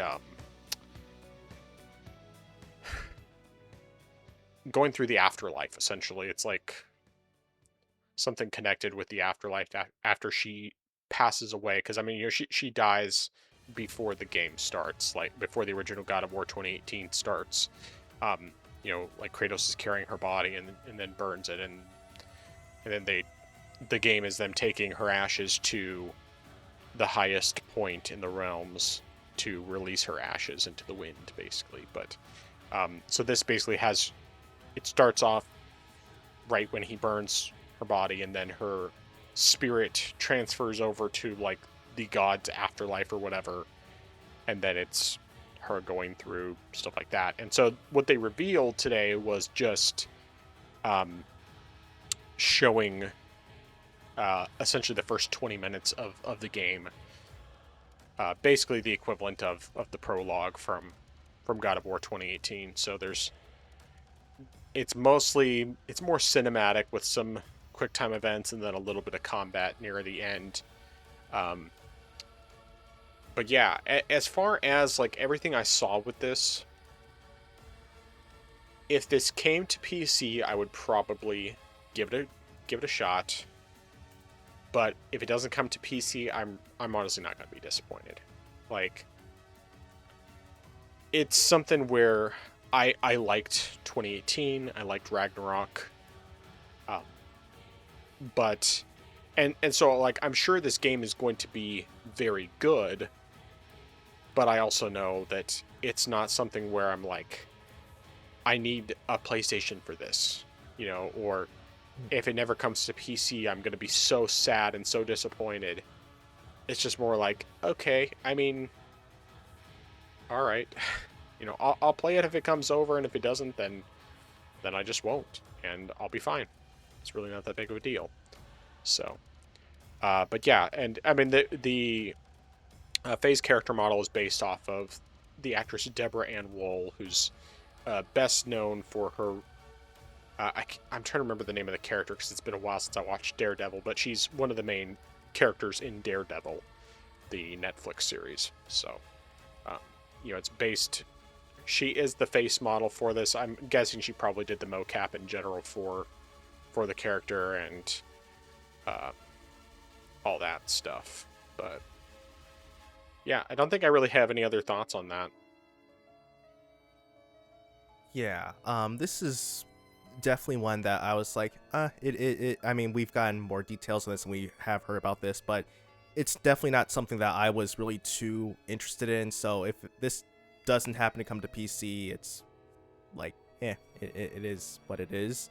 Because I mean, I still haven't started even God of War 2018, and so I'm not certain how I would feel about the controls and combat feel for that one yet. So like I would be more pressed to have the remake trilogy brought over before this one, because I would be more willing to try that one, since that one would be more of the hack and slash type of feel from the original game. So Yeah. so I'll see. I mean, maybe this one would be something I'd be interested in, but it would be after I would play 2018 and say, okay, the combat feels good, and I would like to have more of this. And even then, I would still go ahead and get Ragnarok at some point and play that one. Yeah. Yeah, so, I mean, this was the one thing that we technically got correct, because I, did predict that it was possible we would see it, since it had been rumored for a while, but, like I said, it's kind of a take it or leave it thing. You put it on PC, I'll grab it. I don't know if I would necessarily buy it day one, but I'd be interested enough in playing it. But if it's not coming to PC, then, alright, that's fine. I'm not so interested in it to where I need this game. Like, if I want a God of War game, I want one with Kratos. I'm not nearly as interested in playing as Faye. While I like the style, I like the way they've made these games, and I'm sure that gameplay-wise, it will still feel good. It's just not. It doesn't interest me nearly as much as it was playing as Kratos. Like, anytime that I played as Atreus in God of War, in Ragnarok, like, the combat with Atreus got better as he got better, but it still was nowhere near as good as the combat as Kratos. And while Faye's combat, she seems to be a lot more like agile and that sort of thing, because she's like a god and everything, but she's also just different, obviously, than Kratos, because Kratos is a lot more big and strong and everything, and she's more lightweight and agile and magic based. Yeah, it's not like, it's nothing so dramatic to where I feel like I'm missing out by it never coming over. So if it comes, I'll get it, and if it doesn't, then I just won't play it, and that's fine. But yeah, that's all I got, other than the last game that I know you had, which I was also on my list. Yep. And so the last game that I had, which you also have, is Control Resonance. And the trailer they showed today was more so for the story, but additionally we got we actually got a release date for it, and that is September. Whoops, that went away. September. Make sure I got this right here. 24th is what I saw. Yep, 24th, correct. September 24th. So this fall, and additionally, which we also got, and I was very surprised to see this, was the price, which is $60 and not $70.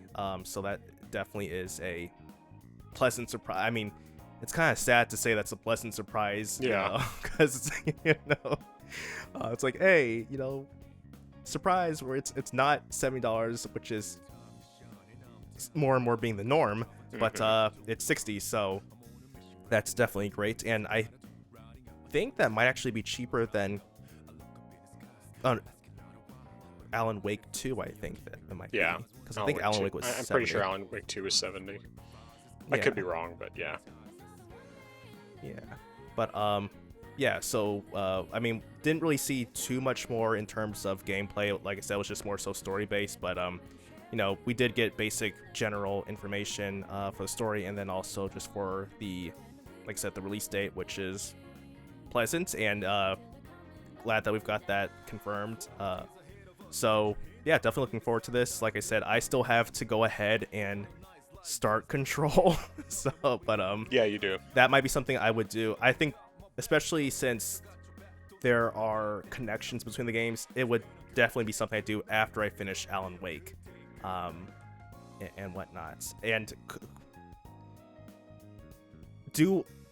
would you recommend that I play Quantum Break before Control, or do you think that I don't think it matters? I've never played Quantum Break. I have it, but I haven't played it. So okay. The only things that I like, the only definite connections that I know of was the connections to Alan Wake, and even that was only in like a DLC. I don't think he was. They might have referenced him a little bit in like Easter eggs in the main game, but I'm pretty sure. I mean, like I know that there's something that's very blatantly connected to Alan Wake in the DLC. In fact, I think. Well, I'm not going to spoil anything, but yeah. I mean, if you get the Ultimate Edition anyway, which you probably already have, I'm pretty sure it comes with the Alan Wake stuff because I didn't buy any extra DLC. It was already included. So. But yeah, you should definitely play the first game. It is really, really good. Like, I thoroughly enjoyed it. And, I mean, of course, I was happy with the Steam Deck performance. I know you wouldn't be because 40 FPS is not good enough for you because you're not a peasant. But, but yeah, I thoroughly enjoyed it. And, of course, your PC will easily be able to run it really well. I mean, I was running it well on my 2080 Ti. From, even though I played it more on Steam Deck than not. But yeah. I need to go back to the first game, though, and I need to finish up all the DLC because I mean, like, I really, really enjoyed the game. I just haven't gone back and finished up the DLC. I did, like, the Alan Wake stuff and maybe one other part of the DLC, and then there's this, the one that I had started and got a little bit done. That's a bigger one, and I just haven't finished it, so. But yeah, this game, Control Resonant, I think just looks fantastic. I'm very, very interested in playing it, and I would say that there is even a reasonable chance it could be day one for me, especially knowing that it's cheaper. But it's really going to depend on whether or not, well, for one, what else is coming out around the same time. Because like right now with the release date in September, I don't know of anything else that's coming out at that time that I am actually interested in. But I also don't know like when Valor Mortis is coming out, for example, because that's, as far as I know, still supposed to be coming out this year, and that's like the one thing I can think of that I very much want to play this year, and that I will be day one on that. So, but yeah, I would say this one there's a decent chance that there will be enough hype for me to where I will actually pick this up on day one and play it. It's just, obviously I want to finish everything else in the first game before I jump into the second one.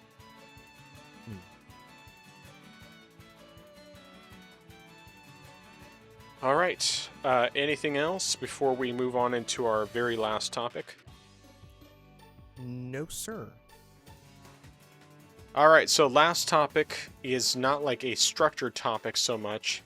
It's more just kind of the fact that we have both Summer Games Fest coming up this Friday, and then we also have the Xbox Showcase coming up on Sunday. And so we're just going to kind of give some general predictions, things that we either think we will see or might see, and we'll just go back and forth like usual. So, and I figure we'll just say, what our prediction is and which one you think you might see it at, or if you just think it'll be shown, period. And I'll let you start off. All right. Now this one, I think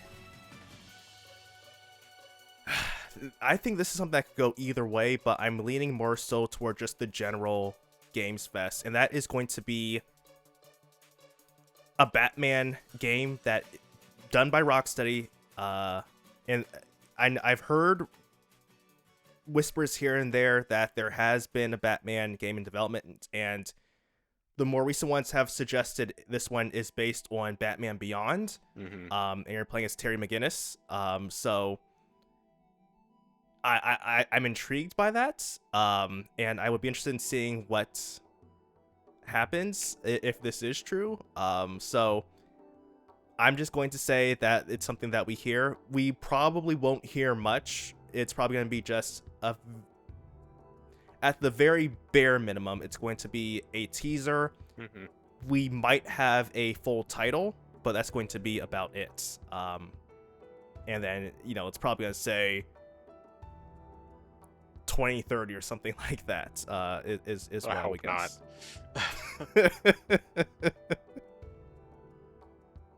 But yeah, that's my first prediction. All right. Yeah, I mean, like, I saw the rumor about that earlier today.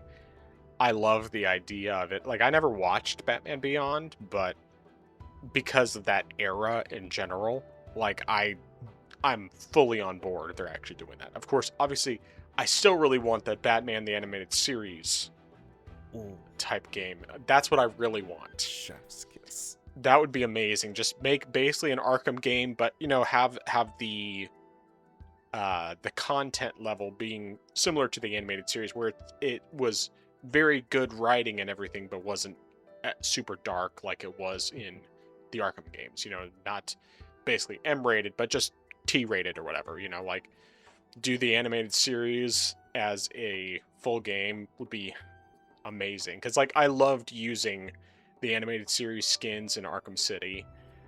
That was like, oh, it was the best. I just wish they had it for all the characters, because they only had it for Batman, Catwoman, and Robin, and I think Nightwing as well. And I think that was it. Yeah, because they didn't have it for Harley or for Joker. But yeah, either way, I mean, like, if they're doing a Batman Beyond game, I'm on board for sure. It would basically be, as long as it's a good PC port, I'm on board day one. If it's a bad port, I'll wait until they fix it, and then I'll buy it. But yeah, that's a good prediction. I think that there's a real possibility we could see that, and I think probably if we were going to see that, probably be Summer Games Fest. They would show that. I think it's significant enough of an announcement to where it would probably be shown there. So my first prediction, and I think this is, honestly, I think this is all but guaranteed. Quite frankly. Persona 4 Revival is going to be shown at the Xbox Game Showcase. There's been a rumor for a while that it was going to be shown there, and considering the fact that Atlas and Xbox have been pretty buddy-buddy for a while, I think there's a good chance we're going to see it there, especially since PlayStation didn't get anything Persona. I have a similar prediction as well, but I'll get to that one after you do your next one. That's a very good prediction. And I agree that Atlas has been working close with Microsoft, so it wouldn't be surprising if they showed it off there, and it definitely would ruffle a lot of PlayStation feathers. I'll say that. Like, oh, how dare you betray us, Atlas? But that would be great, and I think that definitely will be a good time to show it. So I'm on board with that. I agree. I think that's going to be there, and even if it's not at the Xbox showcase, I think it definitely will be present overall during Games Fest. Yeah, and I mean, it's going to be multi-platform, which is the best part about it, because Atlas isn't doing exclusives for platforms anymore. I'm pretty sure the last time they did an exclusive was with Shin Megami Tensei 5, the original version, on the Switch. And I'm pretty sure after that, everything else has been multi-plat. I mean, they haven't all come to Nintendo, because obviously, like, they haven't put Metaphor ReFantazio on Nintendo yet. I mean, it's coming. It's just a question of when. But yeah, Persona 4 Revival is going to be multi-platform. If they were to do a full physical version on Switch 2, I would buy it there. But I don't think they're going to do that. Since they didn't do that with Persona 3 Reload. That one's a game key card. So unless they did like a limited run thing, and then it'd be like, yeah, I'll buy it. I'll buy it. Even, I mean, I would anticipate they're probably going to do similar to what they did with Persona 3 Reload, where it might initially launch it, with only 30 FPS as an option, and then they add 60 later on, if they don't just have it there from the get-go. But I do think Persona 4 Revival, well, for one, we know it's going to be multi-platform, and I'll definitely be getting on Steam regardless. But yeah. All right, what's your next prediction? My next prediction is going to be a new multi-plat FromSoft title. I've heard a couple rumblings of From Software could be working on a new IP. I've heard that Miyazaki has wanted to try something that is different from the Souls genre, possibly even something that is turn-based. Huh. So if that is the case, I feel like maybe we'll hear something at Games Fest. And I would say if they do something, there won't be a release window, but it's something that possibly could be a 2028, 2029 title. Okay. That's an interesting one. I mean, of course, there was, the rumors we heard as well about, like, the pirate game thing, and Dark Souls Trilogy remake, which I don't really believe is as likely, but yeah, that could be interesting. Turn-based, that would be really very different for them. But hey, they haven't steered me wrong yet. I trust Miyazaki to put out a quality product, so if they do, that could be cool. And I think Summer Games Fest would be the reveal place for that for sure. If they were going to show turn-based swamps. Yeah. Yeah. Still, you can't avoid the poison swamps. You're always going to have poison swamps. Yeah. All right. So my next prediction is Persona 6. We're finally going to see it this weekend. I think, honestly, the hard part is that I feel like it would be, well, I guess it's possible it wouldn't be shown this weekend, but I think that there's a chance it could be shown this weekend. The hardest part about that is that if they show that and then Persona 4 Revival after that, it really kind of, you ruin the Persona 6, or you ruin the Persona 4 Revival reveal by showing Persona 6. Because if you show Persona 6 first, it's like that completely takes the attention off of Persona 4 Revival, even though Persona 4 is beloved for good reason, and we're all looking forward to that remake. But yeah, I mean, there's been the recent leaks about like the design of the protagonist and one of the side characters, and it seems like from the things that have been said about this, is apparently Persona 6 is basically done. So I would say, I mean, like, I think there's a very good chance it's going to be shown at one of the two shows this weekend. I think it would be really interesting if you had both Persona 4 Revival and Persona 6 shown at the same show. And it feels like, to me, you have to show Persona 4 Revival first and say, like, that's coming out first. But then Persona 6 is also coming, and it's coming a little bit later. Because that way that way they both have their chance to shine, because yes, I do think that the noise of Persona 6 is going to drown out the noise of Persona 4 Revival. But at the same time, if you show Revival first, people have a chance to get excited about that, and then show Persona 6, and then people have a chance to get excited about that too, and then you have them, separated by a good amount of time between the two. You have the ability to keep the hype going for both. Now, I mean, I don't think there's going to be a problem with hype regardless, because realistically, people who haven't played Persona 4, I've heard from multiple people that they haven't played Persona 4 Gold and they've just waited for the remake. And then I've heard, and then there's other people who have played Persona 4 or Persona 4 Golden in my case, and loved the game, and are looking forward to the revival because we loved the original game so much and would love to see what they're going to do to modernize it. And I'm not worried about them modernizing it in the modern audience way. I think that it'll just, obviously be quality of life improvements, better visuals, all that. So, yeah. Persona 6. I don't know which one we'd see it at. Like, I think the ideal would be, honestly, that they either show both of them at the same showcase, or they show 4 Revival at Summer Games Fest, and then Persona 6 at Xbox. Or, they technically could do it the opposite direction, but either way, I think Persona 6 is going to be shown potentially this weekend, and if not, then it won't be. It'll be sometime this year. Yeah. I definitely I didn't think about it, but it definitely makes sense that Persona 6 would,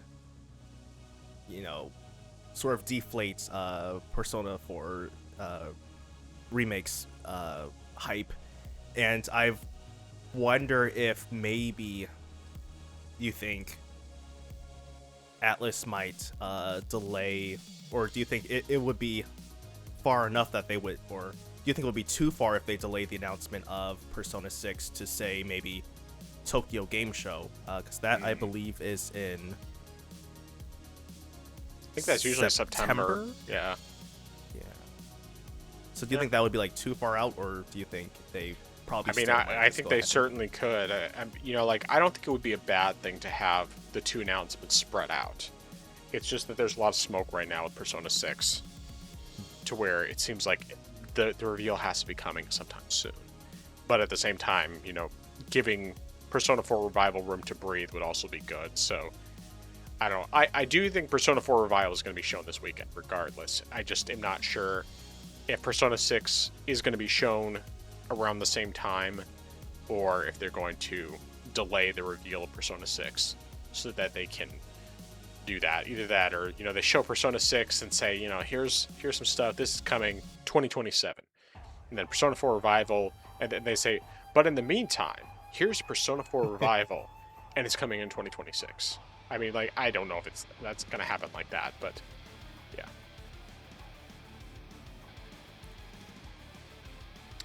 All right. Any other predictions? This one is a bit. This one is for the Xbox Game Show, and this one is more of a wish type of thing. But Banjo 3. Oh, okay. If Microsoft just said, "Hey, surprise, we've got Banjo-Kazooie 3 here," if they did that, I mean, since they're sort of in the process of reviving more dormant IPs, it's something they could have been definitely in the works for a while. I think it's something they would do, and this is something that I think possibly would be. I feel like this is something that would probably be a timed exclusive, where it'll initially launch on Xbox, and then maybe after 6 months to a year, then it comes over to PlayStation and Switch 2, maybe the original Switch. I don't know, but then of course definitely on PC day one. So that's just more of a, I guess, a wish list type of thing to see than anything else. I feel like if they did that, though, they would have to bring Rare Replay over to other platforms. That is what I want. That is the one thing I want. The only thing that, it's like, I would like to have Rare Replay for some of the games, but at the same time, we already have native Banjo-Kazooie on PC, and I'm sure Banjo-Tooie will come native to PC at some point as well. Now, I would get Rare Replay because there's stuff like that, but you have native versions of Banjo-Kazooie and Perfect Dark on PC already. And I feel like I thought there was one of Jet Force Gemini, but I must have been wrong on that because I haven't seen anything about it. So I think that's still in development, maybe? Maybe. I don't know. But yeah, Rare Replay would be cool to see if they were going to do that. And, if they're going to do Banjo 3E, Rare Replay would make sense to just bring over to other platforms, and that way they can do Banjo 3E and people have the ability to play 1 and 2 first. Either that or, well, no, I think Rare Replay would make the most sense. Of course, considering the fact that Microsoft is only, they're putting Halo campaign evolved multi-platform, coming to PlayStation, but it's just the first game, and they're not putting, instead of doing the Master Chief Collection that actually has like 6 games in it, I guess I could see them being like, well, we're not going to do Rare Replay, but we will do a combo pack of Banjo, Kazooie, and Tooie. say that. Yeah. All right. I think there is a more than reasonable chance we're going to see Grand Theft Auto 6. Probably at Summer Games Fest. I don't think it would be at the Xbox Showcase. I think Summer Games Fest would make more sense because that's more of a multi-platform focused thing. And I mean, we already know it's not going to be on PC initially. So yeah, I think that we could actually see the third trailer. But it's also very possible that Rockstar will just keep it completely separate like they usually do with everything else, and they'll just do it whenever they do it. Yeah, I that's definitely something we'll see. And I mean, I feel like that they'll probably also at the game show, in addition to just showing more stuff, they'll also probably reveal some sort of collector's edition, and it's at that point that we'll have confirmation of what the price of the standard edition is, and we'll know, hey, is this going to be $70, $80, $100, and is that going to be the catalyst that opens the door for more games to be $80 plus? So I think that's the one thing that I am most interested in seeing from GTA 6 is to know, okay, what's the pricing for this, and what's that going to mean for other games that I would want to play in the future. Yeah, for sure. So, you discussing, or rather us discussing this earlier because of what you've been playing, it made me add this to my list, and that is Darksiders 4. Of course, we've had, that teaser like a year or two ago, I think. But other than that, we have not heard anything else, and I feel like maybe this is going to be the time when we actually hear more about the game and we know, hey, because I can't remember if it was confirmed if this game is going to be single player or multiplayer. Because I think if it is multiplayer, then I think you're going to be able to control all 4 of the horsemen. So, I think that would be, definitely fun. And then also, it would be interesting to know what's the gameplay going to be like. Because as you said before, each game has sort of had its own unique style. Even if there are some sort of things that are similar, like between 1 and 2, there still is a distinct feel to each one. So it would be interesting to know what 4 is going to bring to the table. In all. Yeah, that's a good prediction. I'm trying to think if there's anything else significant we could see. Since it wasn't shown at PlayStation, I think that we'll probably get the reveal of Final Fantasy VII Remake Part 3. I think it would be hilarious if it got shown off at Xbox, but I think that if it's going to get shown off somewhere, it would probably be Summer Games Fest. Yeah, that's definitely true. I think it's something we could see, and yeah, it would be interesting to see. Because I mean, yeah, it would be interesting.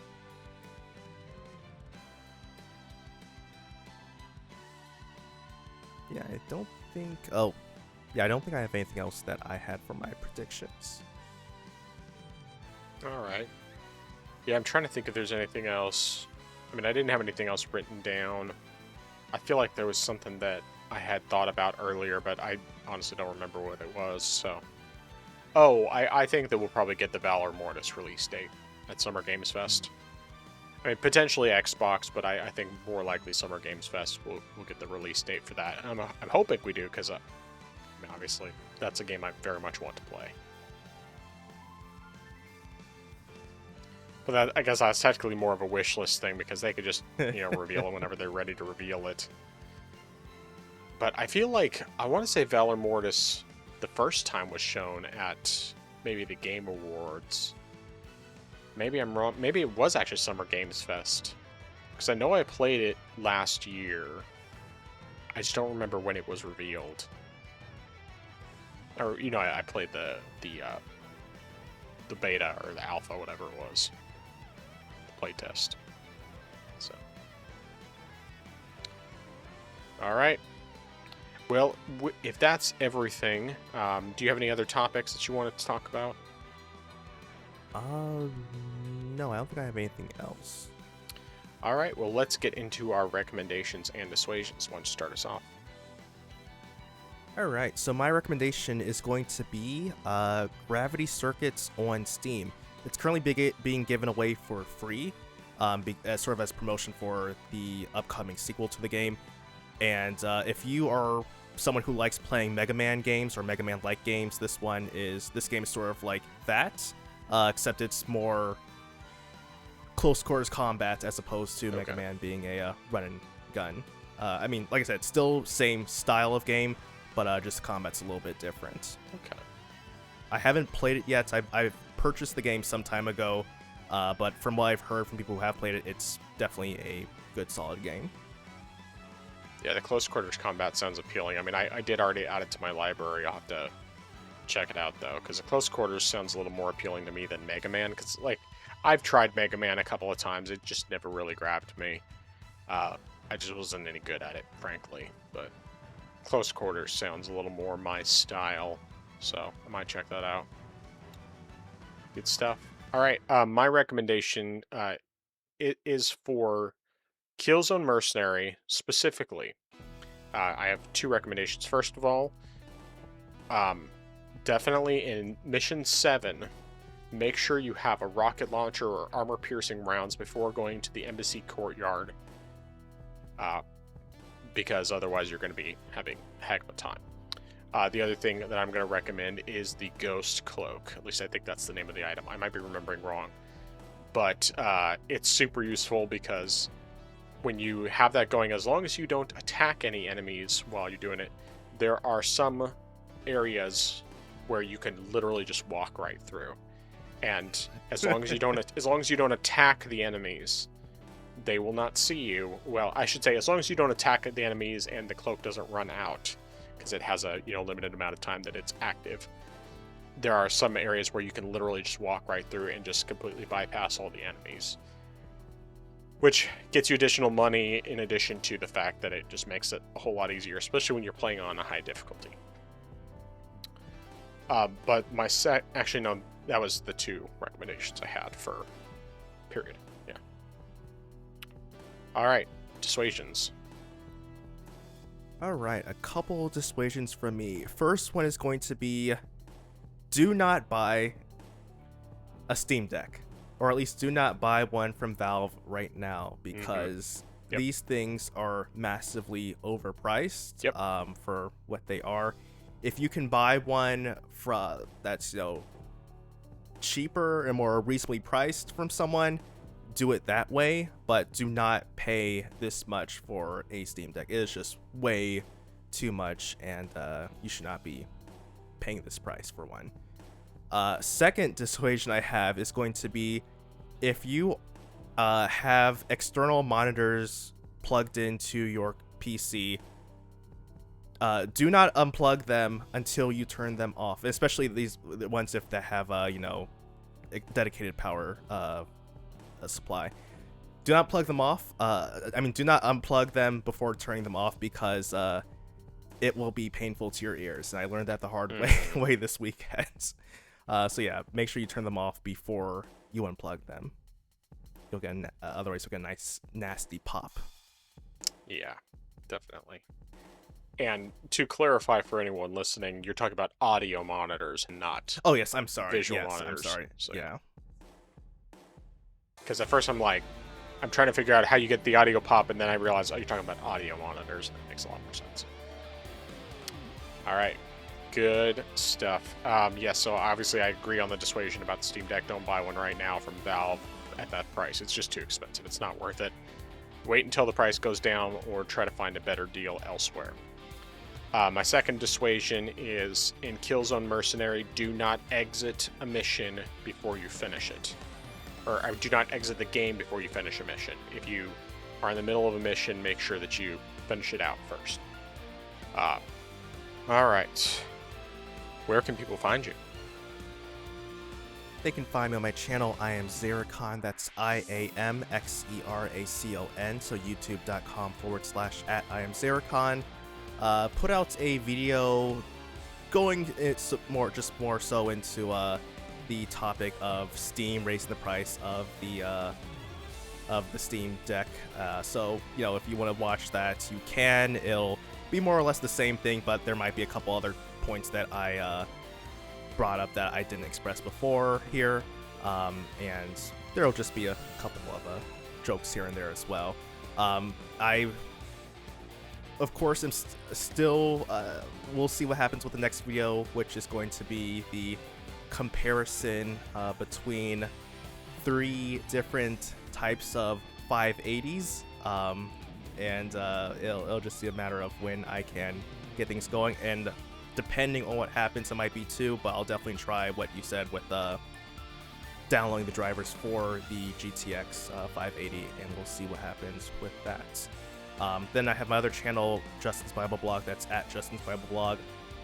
No new videos there, but I am still working on something for that as well, and that's something that I'll see when it happens. It'll depend on when I get other stuff fixed out, especially with the computer issues and whatnot. But yeah, that is everything. All right. Well, you can find me on my YouTube gaming channel at TheFrozenGamer87. I haven't put out anything new in a bit, but I am going to be, hopefully this weekend, working on getting my downsides of PC gaming video put together.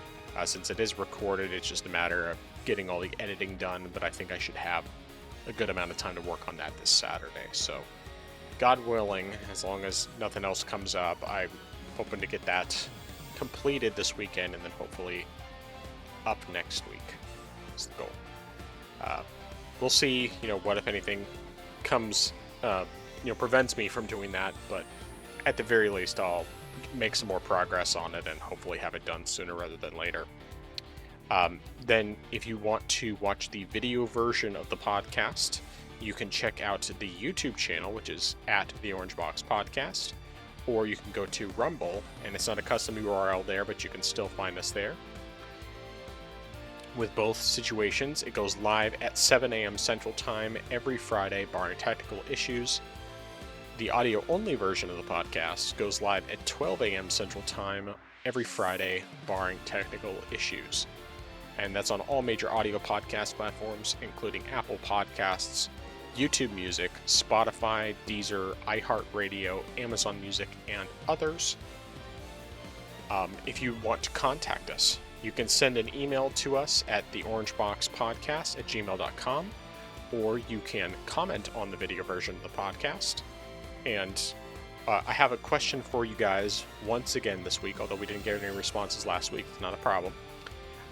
The question for you this week is, what do you expect to see at Summer Games Fest and or the Xbox Showcase this weekend? Of course, by the time you hear this episode, the Summer Games Fest may have already happened.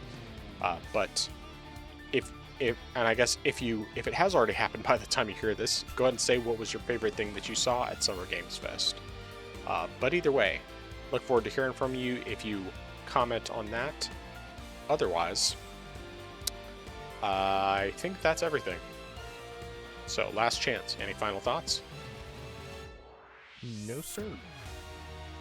Alright, well, I am the Frozen Gamer 87. That is I am Zerocon. We are the Orangebox Podcast. And until next time, look both ways before crossing the street so you don't, too, end up 100 million gross. Orangebox Podcast. Out.